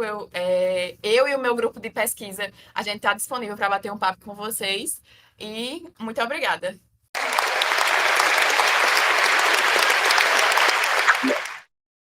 Boa, Ana, demais. Muito boa perspectiva de academia. Bom, será que a Bruna... Conseguiu, Bruna, o microfone?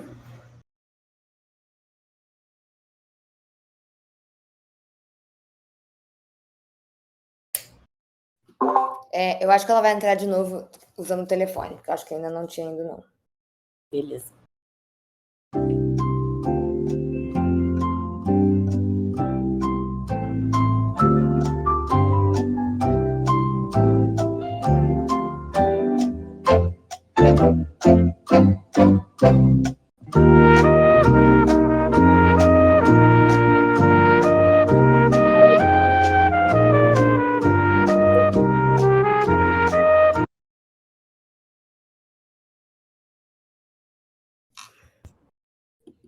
Vamos fazendo umas perguntas enquanto isso? O que vocês acham? Pode ser? Eu tenho uma para Helena. Helena, você tá aí? Estou. Boa.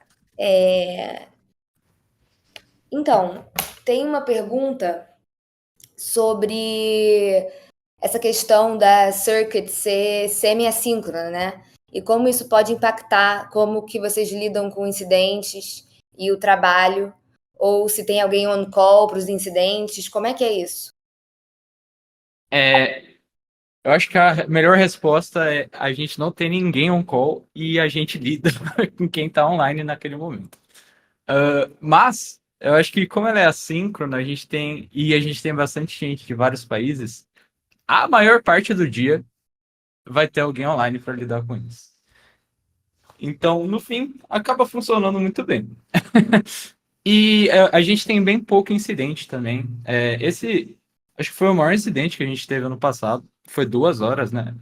É ruim, afeta muito os motoristas, né? Porque eles precisam ali iniciar a rota deles, mas é legal que a gente não tenha muitos. Mas também não, a gente não tem muito treinamento, né? Para quando dá incidentes. Então, tem essa desvantagem. Mas acho que é isso. Sai gritando e correndo. Exatamente, foi exatamente o que aconteceu. Em outras empresas que você trabalhou, teve incidentes assim também, tipo esse da Circuit ou não?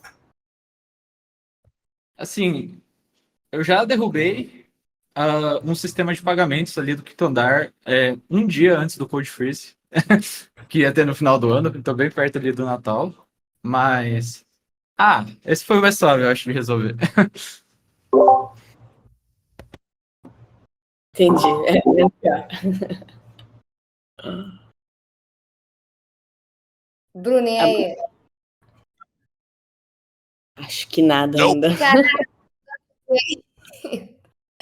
Entra no telefone, como eu te falei, eu faço share screen aqui.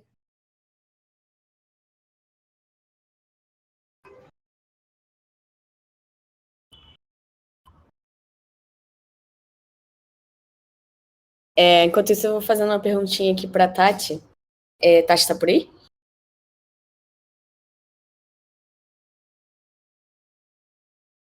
Opa, estou aqui. Você que vive em ambientes predominantemente masculinos já há muitos anos, com carreira longa e sendo formada em eletrônica também, você sente que isso tem mudado ao longo dos anos e como o mundo de tecnologia lida com mulheres em tech? Você acha que isso tem melhorado? Tem estado a mesma coisa de 20 anos atrás? Como é que sua sensação? Olha, a gente evoluiu, sim. Claro que se eu for olhar a Tati, que começou com 16 anos, agora com quase 42, muitas portas, né, muitas barreiras foram superadas, mas nós ainda, quando olhamos das cadeiras de infraestrutura em lugares que ainda não têm um nível, né, de maturidade, ou não estão nessa cloud, e vendo, né, essas mudanças, essas transformações, é possível encontrar, sim, os mesmos ambientes, né, mais machistas, mais opressões. O que muda é que agora a gente tem mais visibilidade, a gente tem mais voz, tem lugares que lutam pela nossa luta, né? E até por isso que eu, né, coloquei ali o hashtag aliadas tech, para que dentro desses ambientes, ainda que eu peça muito para que os homens sejam os nossos aliados, nós sejamos aliados e não concorrentes, porque a gente também vem, pelo menos eu venho, né, uma relação que flutua muito a concorrência entre mulheres. E eu quero quebrar isso para que, de fato, a gente consiga, né, transpor isso e seguir em frente. Boa, certíssima. A gente tem uma pergunta para Ana também, não tem, Cícero?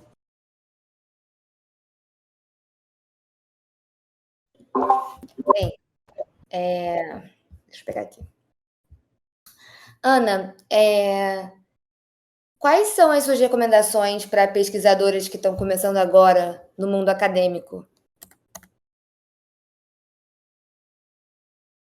Certo. Vocês conseguem ouvir direitinho? Perfeito.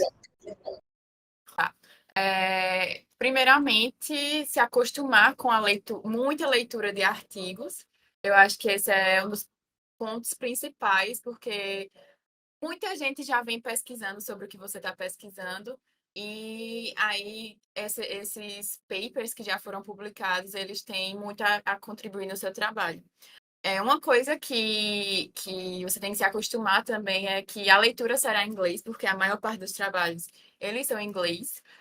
Na minha experiência própria, eu tive no começo dificuldade a fazer essas leituras, mas eu juro que conforme você vai lendo, na medida que você vai lendo, você vai, muitos artigos, você vai tornando esse processo mais natural e fica uma coisa comum do seu dia a dia.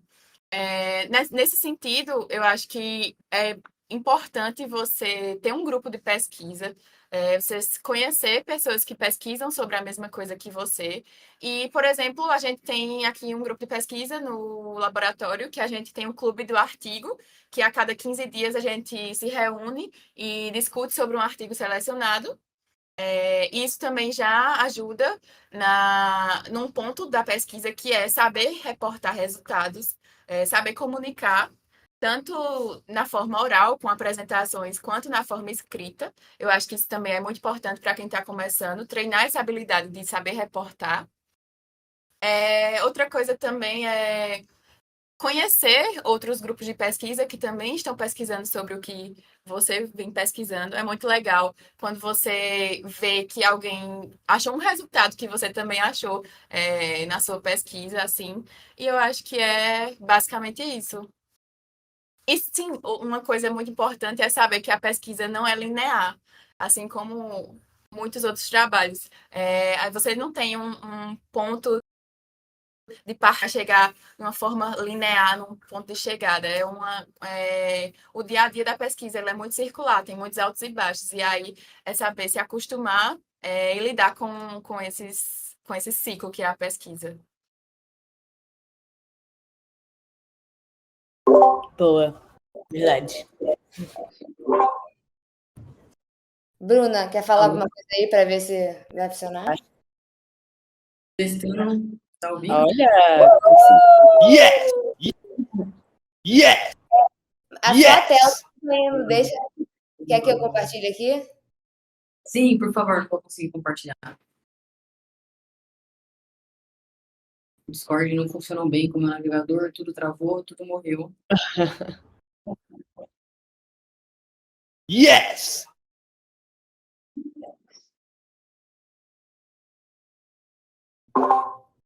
Beleza, eu só vou abrir os slides aqui também, que tava demorando para passar para mim, só para eu saber onde é que eu tô.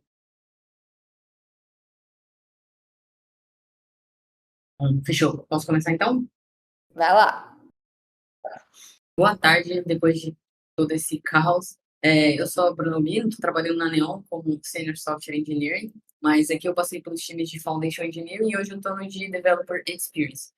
E a ideia aqui é eu falar de estratégias para reduzir custo no ambiente Kubernetes, mas nos ambientes não produtivos.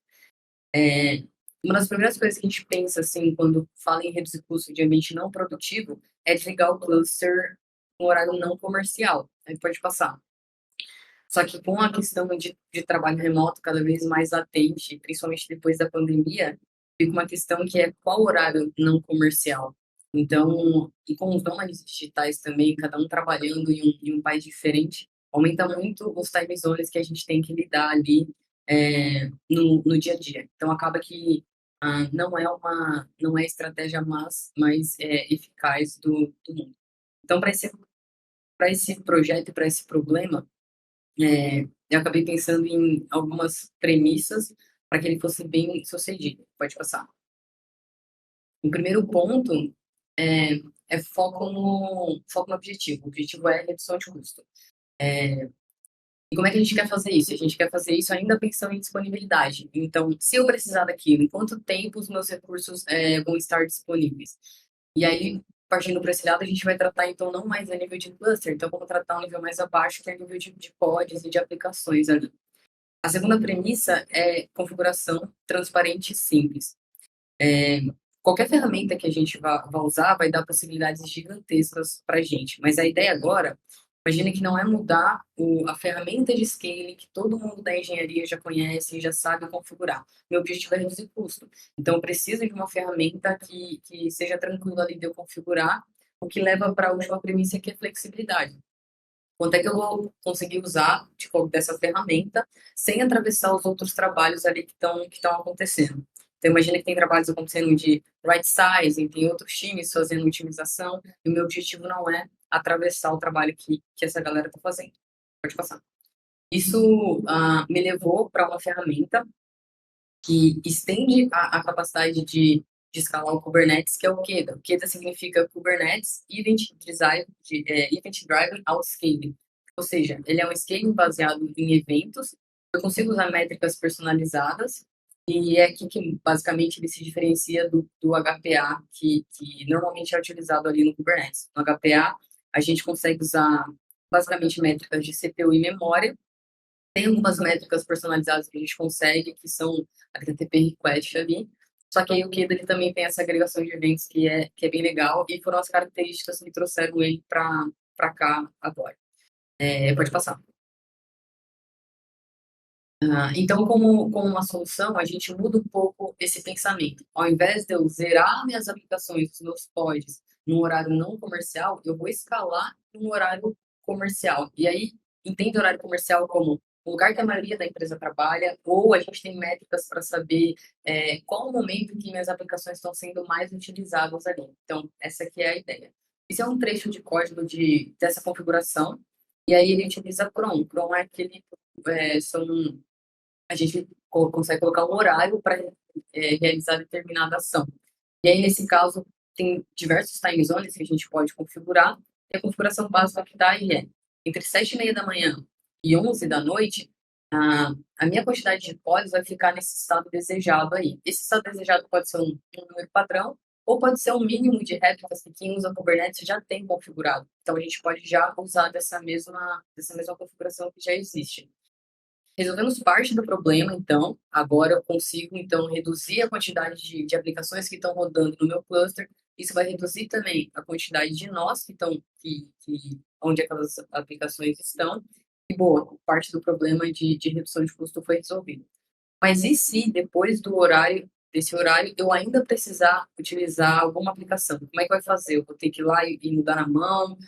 Ou eu aumento a minha, mas se ela usar outra como dependência, eu vou ter que saber qual que ela está usando. E aí que entra a parte de agregação de evento, pode passar. E aí a gente consegue colocar mais de um evento, configurar mais de um evento nessa ferramenta para cuidar dessa parte de disponibilidade.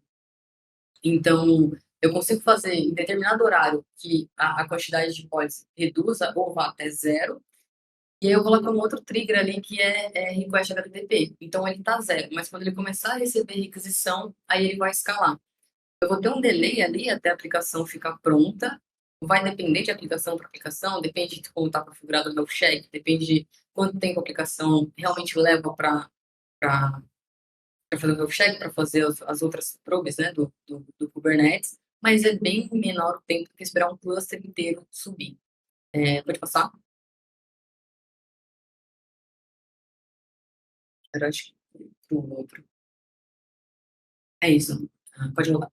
E ali ficou verdinho, porque ele vai tentar fazer requisição do TDP, depende também ali da query que você está usando, nesse caso eu usei o Prometheus, né? Então ele vai demorar bem menos tempo para ficar pronto, Às vezes a galera nem percebe, tá chegando requisição e o pod já escalou. E depois que para de receber requisição, ele volta para o estado normal. E o estado normal é 0 pods. Então eu consigo fazer esse scaling por eventos. Tem alguns cuidados importantes que precisa tomar quando a gente vai fazer ações desse tipo, e principalmente de reduzir a 0 o número de pods, que é, primeiro, não sobe em produção. Produção, os pods não dormem. Então, se precisar fazer alguma otimização de custo lá, vai ser diferente dos ambientes não produtivos. O segundo cuidado importante é não zero a fonte das suas métricas. Então, se você está pegando dados ali do Prometheus, por exemplo, Prometheus tem que ficar sempre rodando. A ferramenta é muito legal, ela tem muitas coisas para oferecer, mas o foco principal aqui era nessa redução de custo. Era isso. Obrigada. E aí tá meu LinkedIn, se vocês quiserem aprofundar no assunto.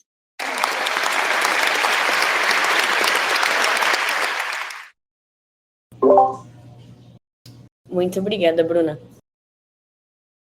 Será que dá tempo, Cissa, de fazer pergunta ou faltam 2 minutos? Vamos fazer uma só para a Bruna. Ô, Bruna, qual foi o primeiro grande aprendizado que você teve trabalhando com Kubernetes e que você acha que todo iniciante deveria saber? Você teve, especificando um pouco mais, você teve alguma virada de chave, assim, durante o seu aprendizado, alguma coisa que mudou na sua perspectiva sobre Kubernetes? Sim, eu vim da área de desenvolvimento, então antes de atuar na posição de DevOps não existe, como a Nanda falou, mas quando eu comecei ainda era DevOps. Então antes de atuar eu tinha um background de desenvolvimento. Mas eu acho que é muito do que as meninas falaram antes, é só uma ferramenta. Então o que eu acho legal é você aprender para que aquela ferramenta funciona, que problema que ela vem resolver, porque aí você consegue lidar muito melhor com ela e tirar mais proveito dela. Perfeito. Bom, gente, é isso. Muito obrigada por participar. Desculpem aí as dificuldades técnicas, a gente vai ficar melhor nisso, prometo. Foi demais. Se vocês tiverem perguntas, enfim, eu e a Carol estamos aqui. Eu vou falar com a Nanda para poder mandar as recomendações de livros que ela mencionou. E é isso. pode Obrigada. passar todos os contatos também de todas as meninas que falaram. E muito obrigada também, Helena, Ana, Bruna, Tati, foi demais, foi muito legal. E é isso, né? Primeira vez, então a gente vai. Espera que temos muito mais vezes. Mas já foi muito maneiro, assim. Lucas, sound effects. De finalização.